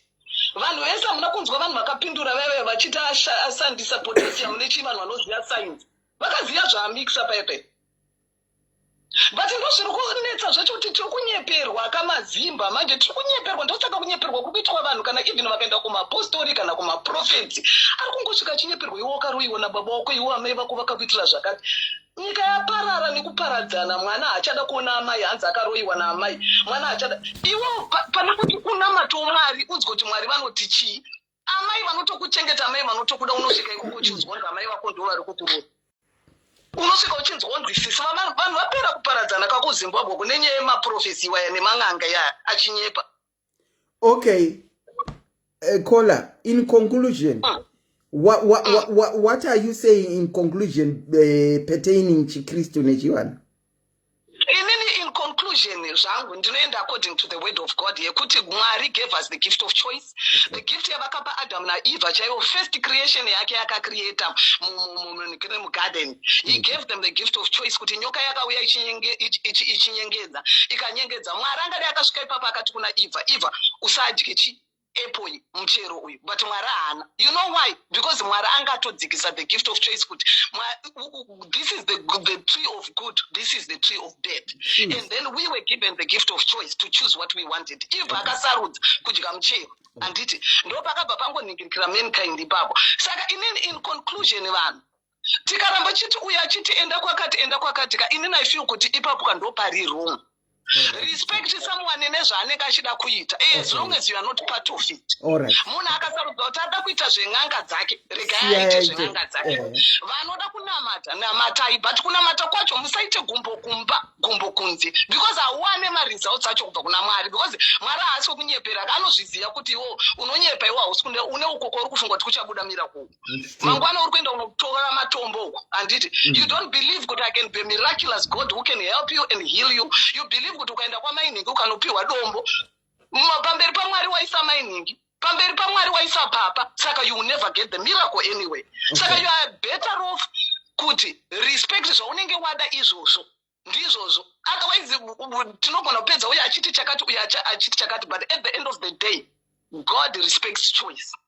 Mbavha chaiye kana matira Mwari kunoba anogona kubvumidzwa kuenda kunoba. Munhu akanamatira kuuraya anogona kutouraya, asi nerimwe zuva achatongerwa kuurayeko. Okay. Thank you so much for your contribution, Kola. But thank you so much. Very good night to you. Take care. Bye-bye. Bye. Wow. Vanhu vaMwari, nyaya yakangooma. Let me try and take sort of last two people. Vakola. Rekaiti mbonzwa Zimbabwe kuti iri kuti chii. Zimbabwe. Dzimba dzemabwe. Chivanhu neChikirisitu. Chivanhu neChikirisitu. Hello, tinokuchingamidzai pachirongwa Chivanhu neChikirisitu. Zvakaoma. Maswera sei? Maswera kuti maswerawo zvakangooma imi weduwe. Zvakaoma. Chinonetsa ndechekuti Chikristu chakadocumentwa, hani mukupaona. Saka maKristu kana vachiita mapassionate arguments vanenge vachikota zvakanyorwa kare. Chivanhu chiri padisadvantage yekuti hachinambofera chakanyorwa maitirwo achaitwa. Saka hatinawo mavhesi ekukota, handi mukupaona. Okay. Muri kundinzwa here? Ndiri kukunzwa. Saka isi takatombopindawo machechi. tikatoemba mupresent worship tichito madhimoni achitodonha usingatozivi kuti kuna mbuya vari kurapa vanhu muchechi iwe uchiimba zvako kuti kana chiti chivanhu tinoda kuedza kuti manamatiro evanhu verudzi rwedu rwechitema hatina kuti dhimoni mweya yakafa aiwa kana muri kutotadza kudefine kunamata kwevanhu vechivanhu veganda redu isusu ndo patinoti chivanhu taitoona manamatiro edu isusu ataiita varungu vasati vauya nebhaibheri nekuti isu kana chinamata kuchivanhu tinopesa chiti tisvitsirei kuna musika vanhu anova yemuridzi wazvose wotodende zi munamato rako kuna musika vanhu ikoko hani mupaona antiselini saka ava mai vanga vachitaura ava vari kuiti kana uchinamata kana kuti kana uri kuchivanhu chivanhu chinamato zvakare handizise kuti vari kunamata vari kuti vanonamata vari kuchechi kana vanoita chivanhu takuita zvehamino kuti vari kuti chivanhu ndechechi chivanhu chinamato chikristu chinamato spirit world iri universal. We are all going to the same place. Asi manamatiro edu ndo asiyana. Wose zvakafanana nechimuslim nechiislam. Kuna Satan. Kuchechi kuna Satan handiti. Kune zvikwa Jesu, kune zvawakaipa. Kuchivanhu kunotora nezvawakaipa, kuita kune zvawakanaka, kunotora nema-dark forces nema forces akanaka. Saka manje vanhu kana nichiona vachitaura ma-arguments avo vanoti chivanhu vobva vachiassociata ne-the dark force of chivanhu. Asi kune chivanhu chakatoruramawo. Saka vakuita paite kastigma so karipo kuti paite sekuti chivanhu ne-that dark, kune dark magic, and munoziva kune dark magic. Zvotonge zvinhu zvakafanana so. Okay, I think you are coming with another angle that we never explored. Go on, caller. Saka kuchivanhu handiti kune vezvikwambo, kune vanotsinga vanhu, kune vanosika mini dzokurova vanhu handiti those are dark forces, but kune midzimu yakauya yakarurama yakatumwa seyataura namai avataura vekuzoti vakazononzi idlozi leyapuma vaya mweya wakafambira mumuri mavo kuzogadzirisa zvemusha wavo. Haana kufambira kuroya munhu, kupa munhu chikwambo kana kumusha kwedu isusu kukange kune zviriko ndotanga ndazviona kuhope kuti urwere huna ningi hunogona kusvika pakati wobva wodzwa kuti manye izvezvi torakapadza enda muchara chakati umupe kuti munamatire wakadai munhu wotopora. Saka chashata chii pakuti chivanhu chakashata kana chiri kukupa chenjedzo kuhope nesolution yemaproblems emuri kuhope hani mukupaona antiseni ndiri kuzvinzwa achisi vanhu hatisi kutaura zveuroyi nezvekudii zvinoverengwa mukwayedza zviya hachisi chivanhu chiyachi. Ende ndeda kutsindira zvataura namai veya vanokutaura vanga vazonoponera kumba kwemukadzi uyu. Indakatombopinda chechi muri kunzwa Pentecostal kurira nendimi chaiko kokuti ukabata mike papresent worship hakuna aisara akamira. Asi pane changa chiri kuseri kwangu changa chaona kuti inini handisati ndaona kuti pane chipo chiri pandiri chakamanifesta ipapo ndikatobatsira vanhu vakawanda ndisingatozivi ndiri kubatsira vanhu vakawanda. Ndosaka muchiona kuti mapostori akawanda vane chivanhu kana gore rapera vanonobikirwa doro kumisha kwavo vozodzoka zvavo muna January vakuita chi vakudzokera paso vakubatsira vanhu vakuenda pakirau vakawanda mapasta emachechi akawanda vanobata vanhu musoro vachiita seveve vane chivanhu vakawanda havatauri tinodhumana navo kwati tichitambanidzo wedu matatodhumana navo mumasango pamuchakati ari kukumbirira sangano rake pamuchakati handiti asi akakumbira kuti chipo changu ndachigamuchira kuti muri pamoda kurapa asi ini ndanga ndichikumbirawo kurapa ndiyekamira pachitendero. Vakawanda vakadaro. Saka kana ndichiti spiritual world iri universal zvine maranks. I think it takes me kuti ndo zvinotaurwa nevanhu zviya kuti munhu akabva kuchikristu akaregera chikristu kazhinji anonoita n'anga kana kuti kana ari n'anga kana akuda kuita zvekunamata anonoita muprofita. Ndizvo chaizvo, because sometimes kana mudzimu wakuda andiselini haurambike. Mira ndikudzei inini pandakaudzwa kuti ndine chivanhu ndakachema zvekuti dai zvaita Hello, ndiripo takateerera. Machemero andakaita musi wandakaudzwa kuti ndine chivanhu ndatosangana nevamwe mai murodhi zviri random vakanditi ndikumbura kutaura nemi 1 2 3 4 5 ndaito ndakatochato white wedding yangu zvakanaka ndikatopinda musvika sasista wekuchechi. Marriage yo yakangoperera mudenga zvekuti kana nhasi mukandibvunza kuti chii chakaitika handizive. Hani mukupaona zvazodaro ndakuti unoita pfedze kuti unongotsvaga maanswers eupenyu hwako kuti chii chiri kuitika. Makomo ndakakwira ndikatsanya ndikaita maoffering maseeds ndikasidha muchechi ndikadi nice ndaenda ndichishumira nemwoyo wangu wese, asi pana akada kuratidza kuti pawakamira hapasiripo. Murikunzwa ndikutaura? Ndiri kuzvinzwa. Panonzi hanzi ukaramba chiri pauri unoita rombeka. Vakawanda vanozvirova matundu ndikuti ini nechikoro changu ndakazodai saka mota dzangu nezvimba zvangu nezvi. Kana mudzimu uchiuya pauri unouya nezvipo, because zvakafanana mai vangu pastorwa kuti game ranger vaya unouya nezvipo zvinomukwanisa kuti achengete dzinza rake nekuti ndiye ari kuchengeta dzinza. Unoita mari yekuti iwe hauzvinzwisisi asaizi yako, wese ashaya fizi ndewako, wese arwara ndewako, aita dambudziko ndewako, because ndiwo guardian pamweya nepanyama wedzinza. Saka kana auya nezvipo zvake zviya handiti iwe obva wamutsvinyira, anongotora zvipo zvake oenda pasaidi omira oti chiita akatione iwewe. Saka vanhu vanobva vaita zvekuti akanga aromba, saka paakanga akaromba paakangosiya zvakabva zvadhakwa hauzi kurombwa.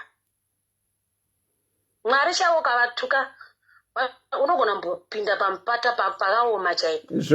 Saka asi hatisi kuita Mwari nemudzimu. Kana tichinamata ndotonamata ndoti inini vaera shumba mutupo wangu, aiwa ndimi munoziva mabatirwo emusha wenyu, kusviba kwemusha wenyu, vanobata vacho munovaziva futi, nenhamo dziri munomusha dzekuti vana vasikana havasi kuroorwa, vana vakomana vaita marombe. Aiwa imimi munoziva pakatangira nhamo iyi. Kana iri ngozi taurai kuti ndekupi tinoripa, kana chiri chakachoda kugadzirwa taurai tigadzirise. Mondisvitsirawo munamato wangu uyu kuna musika vanhu nyadenga akasika zvose ndokunoperera munamato yedu. Munamato wari wamboperere pavadzima tinamati vadzimiso. It's just a channel, just like you say in Jesus' name. Have you finished? But munamato uyu manje uri specific to dzinza rangu revaera shumba nematambudziko evaera shumba vanomaziva bhokozi vakambomararama.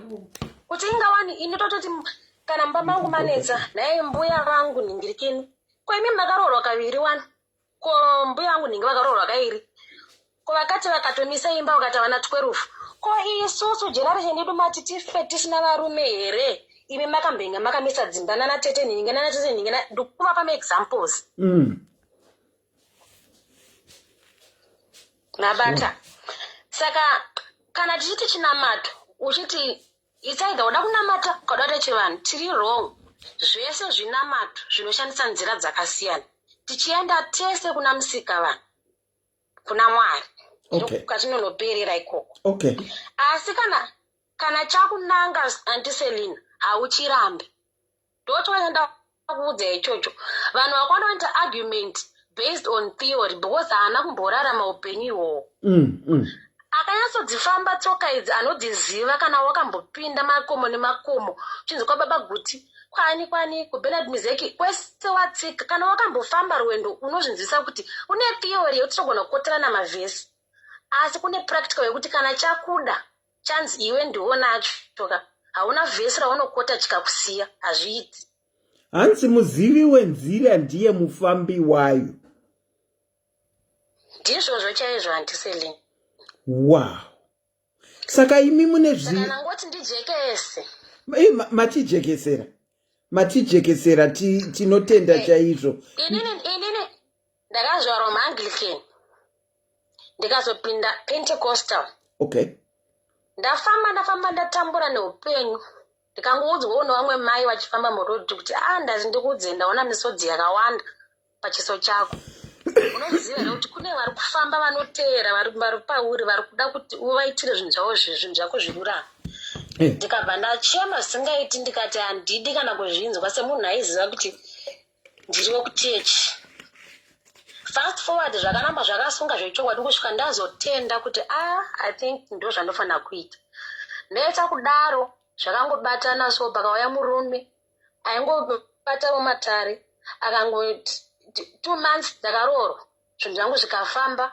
Life yangu inotongofamba zvakadaro ndichingorota ndichingokumbirira ndichingodaro ndichingodaro ndichingokumbirira uchingoenda. Chinonetsa kuti vanhu vechivanhu vabatane zvakaita vanhu veKristu kazvekuti East Rock AFM chivanhu chiri individual chinoenda nedzinza. Saka hapana pamusamboona tini United Church of Muacha for example hazvimboiti. Saka toita kunge tiri vanhu tikuita zvedambe but zvinoenderana nedzinza rako kuti vaera soko vanobata dare ravo so, vaera mwoyo vanobata dare ravo so. Hazviita kuti zviite universal kuti munhu wese aite chinhu one. Ndosaka uchiona munhu anogona kuuya kuzouchikwa umwe idya mavhu uende, umwe munobva nzeni wamvura uende, umwe onzi puta buto uende, umwe onzi tora ivhu repachuru uende. Because hazvifanani zvodhipenda nekuti kumusha kwaantiselina mhepo dziriko dzinoti kudii, nekuti kana munhu ari mudare anotaura nemhepo dzekumusha wako. Obva ati isusu kwanantiselina tinoda kudai. Munhu ari kukurapa manje obva akushandisira zvataurwa nevekwako. Alright. Saka ini munorapa here? Inini ndorapa vanhu vanenge varoteswa kuti vauye kwandiri. Zvino kana ndisina kuroteswa ndichida kurapwa zvinofamba sei? Ndizvozvo tinenge tisina kusangana. Nekuti asaka muchiona kuti imimi kana mune mafriends enyu antiselina munongwani makazvisarudzira mafriends muri kunyepa. Munhu nemunhu ane mhepo iri pari achida asingadai ari wekuchechi ari wekuchiwanhu ari wechimuslim ari munhu wese ane dzinza rake rine munhu warakaklika naro kumhepo uku. Kunomwesa ura wako wekuti chero zvikadii unomuziva kuti anenge aripo, anenge akasarudzirwa iwewe. Saka zvakafanira izvozvo pakurapa napa pamwe vaera mwoyo nevaera mhofu vane daka havaonani. Kola ndinoda kutaura something pertaining zvamuri kutaura zvekuklika izvi. Inini ndiri munhu ari very loving, very humble, very peaceful. I can easily talk to people, very easy. But at the moment in my walk of life, there are certain people. Kusangana pa Facebook, inini kungosangana pa Facebook ipapo nekutaura. There are certain people that have totally failed to click with. Ameno chiri mandiri chinongondiudza kuti kune uyu, I can give that person every excuse in the book yekuti ndiri kuita chakati, but ndine something in me chinondiudza kuti uku inogo area. Ndaiudza shamwari yangu kuti ndakamupa zita remunhu 1 ndikati munhu iye ndakatadza kuklika naye, I don't even know, hapana chakandiitira, but there is something in me chiri kunditadzisa kuti ndiklike naye. Isusu manje kuchivanhu tinoti dare mwene waro, muri kunzwa? Munhu inini pachangu ndinotori dare rangu pandiri, pane zvinofanira kuramba pandiri nacho chekuti ndinogona kushaya chikonzero kuti andiselena ndavamakire chaizvo, asi chiri pandiri chigoramba chaona zviri kumberi. Ndokupa example. Ndakambotama nevamwe saura vangu handiti aiwa ndaivada nemwoyo wese, takanyandurana first time ndikati tambogara ndikati pamwe ndina ndizvo tadzokera. Hatina kumbodzokerana kwemwedzi inopfuura kana kuti takanyandurana futi. ndatozofamba zvakunaenda nomwe shamwari ndikanzi kwaiwe saura wako ndakupiwa dhare manje akazodai godo neshanje chakati asi ini ndandaita nharo ndichida kuti achiname naye zvekutoita mutsutsuru zva zvekutoti asi kana zvatoramba ende kune munhu wekuti uchingomuona first time ari mudambudziko unogona kuburitsa mari yakawanda zvino ugomubatsira zvekuti wakumbonozvibvunza kuti kupaipa zvazombofamba sei. Pane vanenge vakanzi they are supposed to be in your path and they will be there. Kwete vanonzi avakwete. Ende kana moyo wako ukangoramba first time kumberi uko karamba wakahadhira zvazvako asi ma-warnings anenge atouya kudhara intuition iyo inokudza kuti apa hapana kumira musha.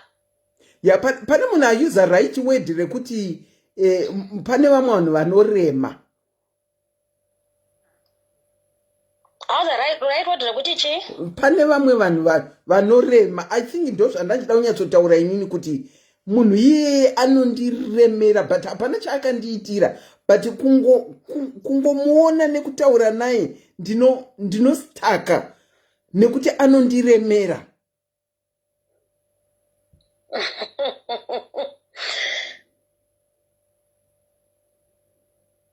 Koma sekei. Ndikutoseka namutaura kuti unostaka kune vakawanda zvinowanzoitika mukudanana. Handiti unosvicherechedza kuti ukadanana nemumwe munhu life yako inomira chaiko kumira kuti ntsi vanhu vanenge urudheta someone waona zvawanora chimoko chako danana naye madhiri ese anovhara mari yese inotiza kuti anenge arambwa munhu yeye wongorambana naye nhasi madhiri ese ungorambana naye so ndokuzvotanga kufamba kuzvota kuchimboitika pese apa chii vanhu havasi sensitive kune zvinhu zvakadaro kuti kune munhu unotanga kutamba naye so marriage yako igonetsa ugoshaya kuti chachinja chiiko nhaye wedu weiko ingava tachingowirirana wani wozongoona mungangoti pesani mbezhana zvinhu zvako zvasimukira. Saka isusu kuti vanhu chiti kana wawana munhu wako woda kudanana naye unosumira wogara pasi vaira shuma ndawana mhofu yangu ndandoda kusembedzana naye kana ari eka aiwa ndizvozvo kana asiri mutaure yaende kusasati wapedzerwa nguva yako stereki ende kana asiri zveshuwa mungona mangonesana 2 minutes vhumu munhu aenda haasiri. Kuna vamwe vanhu ane zvakaipawo zviri pavari zvikwambo zvekumisha kwavo auya asangana newe masvibisa dhare wasvibisa zvese zvako zvanga zviripo mamikisa maenergies tatapura nenhamo iwana antiselina iye yekubirwa mari every month ndiyayako manje saka pasi pauri kutambira chaakasenga ichi chakaipa chiri kuya chichimorowo nekwako ichi chikumorowo nekwako zvovhara anomupaona saka vanhu china maelements akawanda zvekuti takuita idu off topping but aiwa asi kana zvataurika taona munhu anoti kana taona munhu anotishera inini I always want to I've always said kuti inini andinogona kudivert a topic kana ndaona munhu anondishera ane knowledge yainayo I want to tap in it not kuti ndozoti ndinokuonai next time ipapa ndinokuonai kupi zvamuri kutaura izvozvo mukutoita change ipapa matoita chenjedzo yevanhu vanodanana kuti pane vamwe vanhu munodanana vatinodanana nawo vanomisa zvinhu mukati meupenyu hwedu. Saka kana intuition yako ichikuudza kuti uyu munhu uyu kazhinji follower zvauri kunzwa izvozvo ndizvozvo kazhinji kashoma kuti moyo wako unyepe kashoma chaiko isu tozoita nharo zvedu takurizina kuti pati panobuda mari apa iwo moyo wako amboramba kuti dhire randipindi hazviiti kuti bati pane mari wozvisimbisa wopinda wonyura wozoti bati ndakambenge ndazvinzwa mhani kafeeling yokuti ndisaende but ndakazongoenda zvinoitika stereki izvozvo. Saka ndingapedza zvangu nguva mwada kupinda asi ndada kutaura kuti kana chivanhu chakuda haukuchirambi chero ukadii chero ukaenda mumapostori kana kukweshwa mudzimu nemashavi isi takatombozamawo kuzviramba tikatoitawo hama dzaitonamata machechi anotyisa dzaiti hatiite izvozvo asi kana chakuda chete ende theory nepractical zvakasiyana vanhu vasajaja vanhu isusu hamumbonzwi vanhu vachiti machituka makristu hazviiti but I don't know kuti ndo uKristu here hwekuti kana munhu achinge akunamata anobva aita kunge iye ari pamusoro pevamwe vese but haanzwisise rwendo rwafambwa nemunhu iyeye. Anenge asitori nemascars akawanda akazama zvakawanda takatombonamatawo tinotonamata nanhasi kune musi wandomukochinzwa nhasi da kunamata ugodzirova ndimi nende dzinodzoka hadzimbotizi asi haumbonzwi munhu wechivanhu achitoropodza Jesu hazviiti. Saka tikava nerespect because pauri kutuka paipe hauzi kuti uri kutuka nechako here.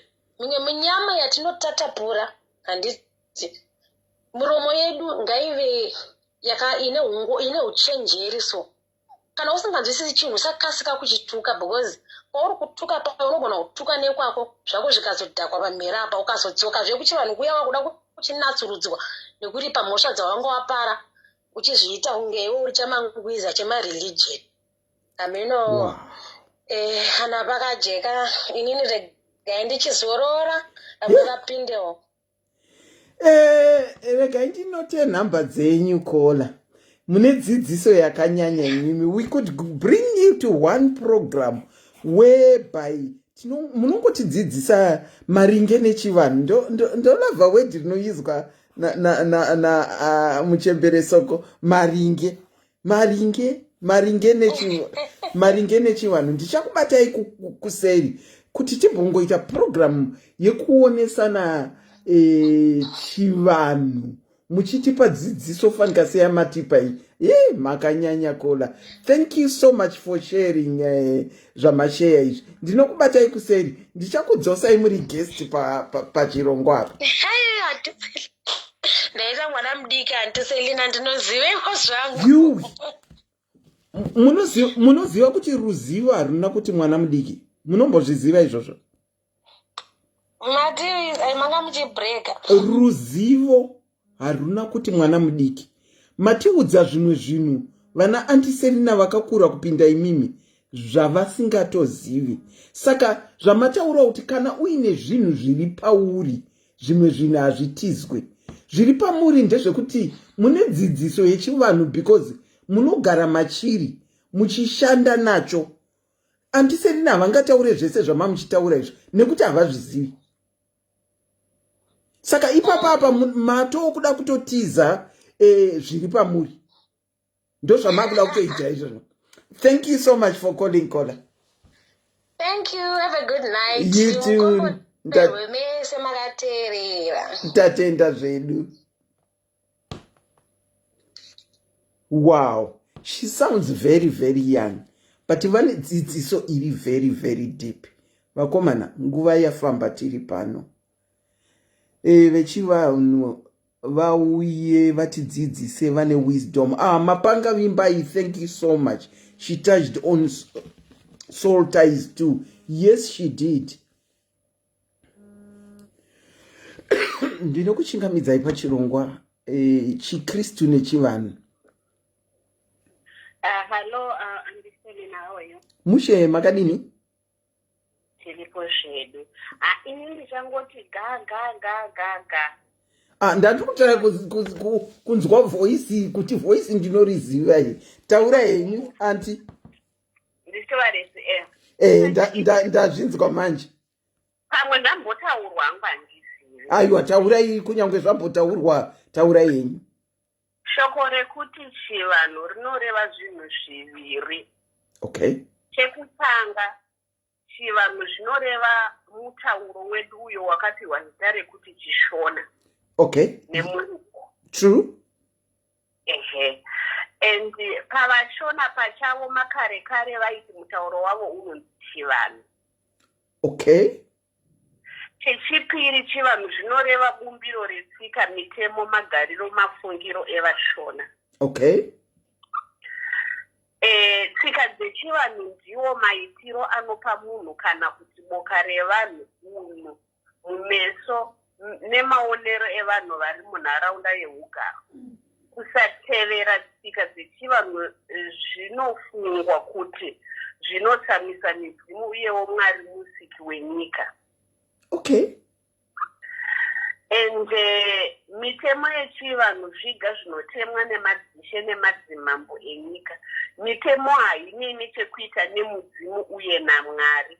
mitemo yechivanhu inotarisirwa kuti haipikisani netsika dzechivanhu. Tsika dzinoonekwa sekuti dzinoyera uyewo dzinokosha kudarika mitemo. Okay. Kana tichitaura kuti chivanhu tinenge tichitaura zvakaita rurimi rwedu chivanhu. Rurimi rwaamai chairwo chivanhu. Kana tichitaura kuti munhu ari kunoroorwa kunobvisirwa mari chivanhu. Vanenge vachiti isusu tiri maKristu hatiite zvechivanhu, asi vakanobvisirwa mari vanhu vakaungana vakatonzi vatetenga vadaiso chivanhu. Ava ndo chivanhu chacho ichocho. Kudya sadza chaiko nemaoko chivanhu. Wow, chitova resi. Watigira imwe engoro manje kuti tinyatsofunga. Ende tinokanganisika pakuti chivanhu nen'anga ukangonzi uri kuita pavanhu automatically people vanofunga kuti utori kun'anga, which is so wrong. Kune maKristu asina mbobvera akaenda kumuprofita, kune vanoita chivanhu vasina mbobvera vakaenda kun'anga. One of them. Okay. And I believe kuti kuna Mwari musika vanhu ari kumusoro kudenga, God, the creator of the universe. Asi ndinobvuma kuti kune chivanhu, kune mizimu, and I respect that as well. Saka vanenge vachitaura kuti hanzi muri kuita ndikiri mbiri, you are worshiping vana Mwari vaviri. Saka muri kureva kuti vadzimu vachinanzi vana Mwari, so what's your problem? Pane vambotaura kola vanhu ndo vandachida kupindura vanga vachiti takapiwa choice naMwari, but vakuzotaura zvekuti aiwa hatidaiso. Aiwa. Kana kutaura kwatiri kuchaita ipapa handiseli machivanhu chatiri kutaura panapa. Ini ndiri kutaura nechivanhu ini. Handitaura neEnglish. Yeah. Saka ni zvinhu ngazvisiyane kuti chatinoti chivanhu vanhu ini pandiri kunetseka napo ndepekuti vanhu vari ezvinezvi vanoti atibate mishonga ndo vari kupfidza, vari kutinesa mumainbox medu vachitsvaga ndorani, vachitsvaga zimbani, hanzi mhuri yaita furu, vari kunetsa vachiita mhikikiri vachitsvaga zimbani vachiita sei, asi vanozvite maKristu. Atibate makwenzi, tinavowo vari kutenga mazimbani mamufandisimuka and all that. Zvinhu zvedu zvechivanhu, please leave them alone. Takazvisikirwa naMwari ari kumusoro kudenga akakirieta zvese zvinofema nezvisingafeme pano pasi. NdiMwari watinotenda isusu nevadzimu vedu zvekare. I'm hearing you. Yes. Saka ndopanakaita kungodekesa chete kuti ngatidzive kuti chii chinonzi chivanhu sesi tisati taendako kungonotsvaga kungoti hanzi kana kuti wakazopiwa machiva wakazoita sei. Chivanhu, mudzimu, zvese izvozvo zvinotori nemakategori azvo. Saka tiri kuti chivanhu chinowanikwa muchiKristu futi, although maKristu asingazvibvume izvozvo. Handiselina, inini pandakaroorwa ndakaenda kumusha. Chivanhu chocho ndakaenda, ndinyatsonzwika here? Muri kunzwika?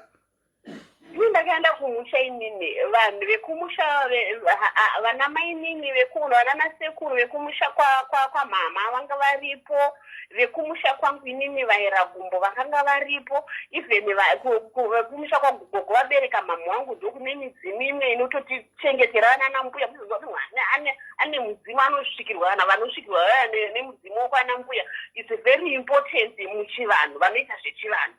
Yeah, it's a very important mudzimu yekwana mbuya kwana mai vababa handike. Okay. Saka vakanga varipo, ndakaroorwa mari ichiiswa mundiro yemuti, and it's not only vanoshandisa ndiro yemuti panoroorwa munhu. Ipapo vanhu vanokudza zvandiri kutaura please ndipe malafu nemalaika. Handisi kuona hangu, handisi paFacebook. Ndichazoona kuti vari kubvumirana nemukomenti umu. All right, yes. And again, ipapo pachona ipapo kekuti ndaroorwa handiti mari yaiswa mundiro aibva yangonzi madyira vekuruwa takukuisai mwana aroorwa kawo takutokupai $5 yakutoguwana ipapo aiwa. It doesn't work like that. Hakuna vanodaro ivo vanhu makristu achona. Inoombererwa. Vanotora mari iyoyo kana vari kumusha kana kuti pai yotsvetwapo yotoomberwa kuti vamagumbo varorwa. Pavanoendawo kumurume wavo vanotsvikisa imba yavo itewo chin'ai. Handiti itsvukewo imba yavo ite chin'ai, muvatarisire nembereko, muzarurewo mbereko, vozodarezvo. Handiti kutopira midzimu yedu ipapo kuti ndinotarisirwa kwandiri kuenda ikoko. Ndisangoti kwandanororwa ikoko ndichenama uchingoita sei. You know what I mean?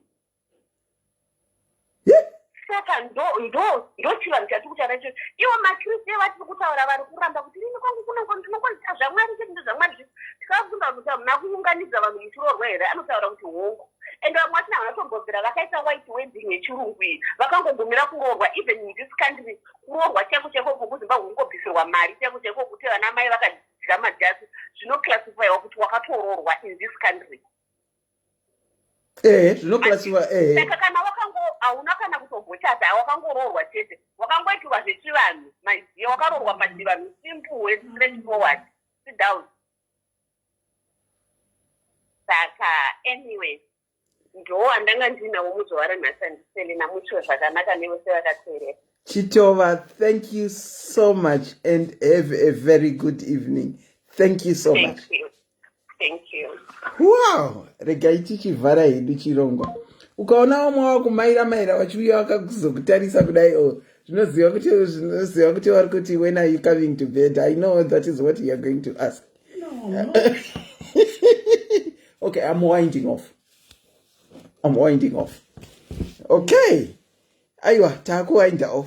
Ukaona vamwe vangotenderera paurika vari kubvunza kuti maakuzouya here kumubhedha. Ndozvavari kubvunza. Kunyepera kuti ndinoda kustretcha makumbo angu. Isaini takuiziva. Anyway, nhasi tanga tiri kutarisa nechirongwa Chikirisitu neChivanhu chedu. Tichitanga tabvunza mubvunzo wokuti pane chakashata here pachivanhu pedu. Tazoona different people vachitipa dzidziso yekuti chivanhu chedu chii. Like Chitova, who was our last caller. And before that, taona mumwe caller futi achitidzidzisa. Wedwe, kunyango wakakura mumu, it doesn't mean kuti nepfungwa dzakakura. Kudzidza hakupere, tadzidza zvakawanda pachivanhu neChikristu. Uye ndichatanga kutaura, ndambotanga kutaura kuti inini, why is it makristu vanoda kuonera vanhu vechivanhu pasi? Mukutaura kwavo vanoda kutaura zvine command and authority and demeaning and yet ukataura nemunhu anotaura nezvechivanhu, they are so calm when they talk. They are even good listeners when they talk. That is my own observation that I said right from start. We have seen kuti zviri kunzi iwo makristu ari kuzviti makristu tiri kunosangana iko kwatiri kupiwa midzuku tiri kusangana. And most of them hide behind a veil of Christianity.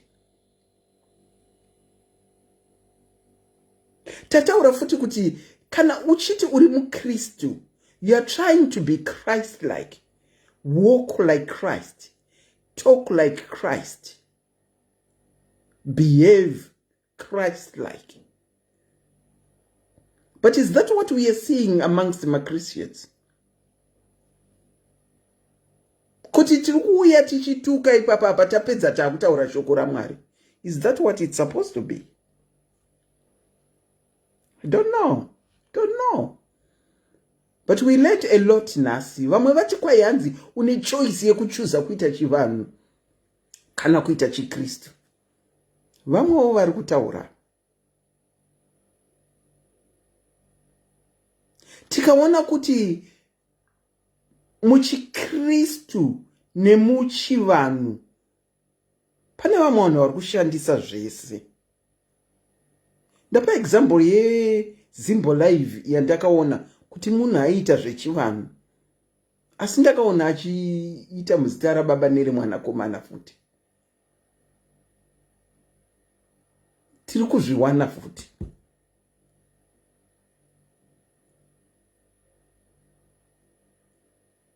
Zvine mugoni here? Zvine mutadzi here? Hanzi, can we have part 2, please? I think what we can do is have part yatinotaura what is a Christian and zvaunotarirwa kuti unge uchiita uri mukristu, and then we do another one yekuti tinenge tichingotaura nechivanhu tisingazvinhikirikiri, tisingazviite verses, but nhasi tinenge tanga tiine verses yechivanhu chedu nechikristu. But I've said my honest truth, and it's my honest truth that I've observed, that vanhu vechivanhu, they are so calm when they talk, and when they want to entice someone kuti anzwisise zvechivanhu.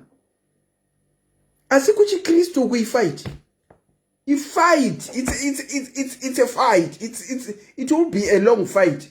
And I can assure you I've observed that so many a time. Kufuga nekuwarira kuri kwauri. Asi kana uri mukristu, uchida kuti munhu atendeuke, you should do it in such a way yehu Christ-like, to entice someone. Ukadzoka wamushoropodza nezvaari kubhilivha iye, hapana matendeudziro aunoita munhu. Ndinodavira kuti nhasi tadzidza, taonesana. Asi we also stand to be corrected, because vamwe we learn from what we hear. Tingange takakura makore, but mukukura kuziva zvinhu tisingazive zvinhu. Kwaine vamwe chivanhu kana chasvika pauri hauchitize. Up to now I'm still puzzled nemukadzi wandaona foto yake ati ainamata. Asi zvechivanhu pazvakauya wakateramira kuchivanhu. Vamwe vanoti hanzi kune kuchemedzwa, hanzi kune kana kuti unotogadzirirwa kuchemedzwa, something like that. That's for another day. Kuti vanhu vechivanhu vauye kuzotidzidzisa. Kwanzi pane zvivanhu chivanhu part 2, chivanhu as a language, like kutaura kwandiri kuita uku ndiri kutaura chivanhu chedu, and then chivanhu chetsika nemagariro. And then we are seeing vanhu vechivanhu vachi acknowledge kuti vanotanga vanoenda nekumidzimu yavo, kuti midzimu yavo izovasvitsira kuna musika vanhu. Vanhu vechivanhuwa. Vechikristu vakati hakuna vamwari vaviri, unoenda direct. Asi tirongozviona kumakristu kwacho vachienda through prophet kuti azonovasvitsirawo kuna Mwari. Saka pane mutambo. Ndinongokutendai nekuchuna ini pachirongwa. The name is Auntie Selina. I was your host, your presenter, and your facilitator for tonight. Until next week on Tuesday, when we bring in yet another program, it's a very good night for me.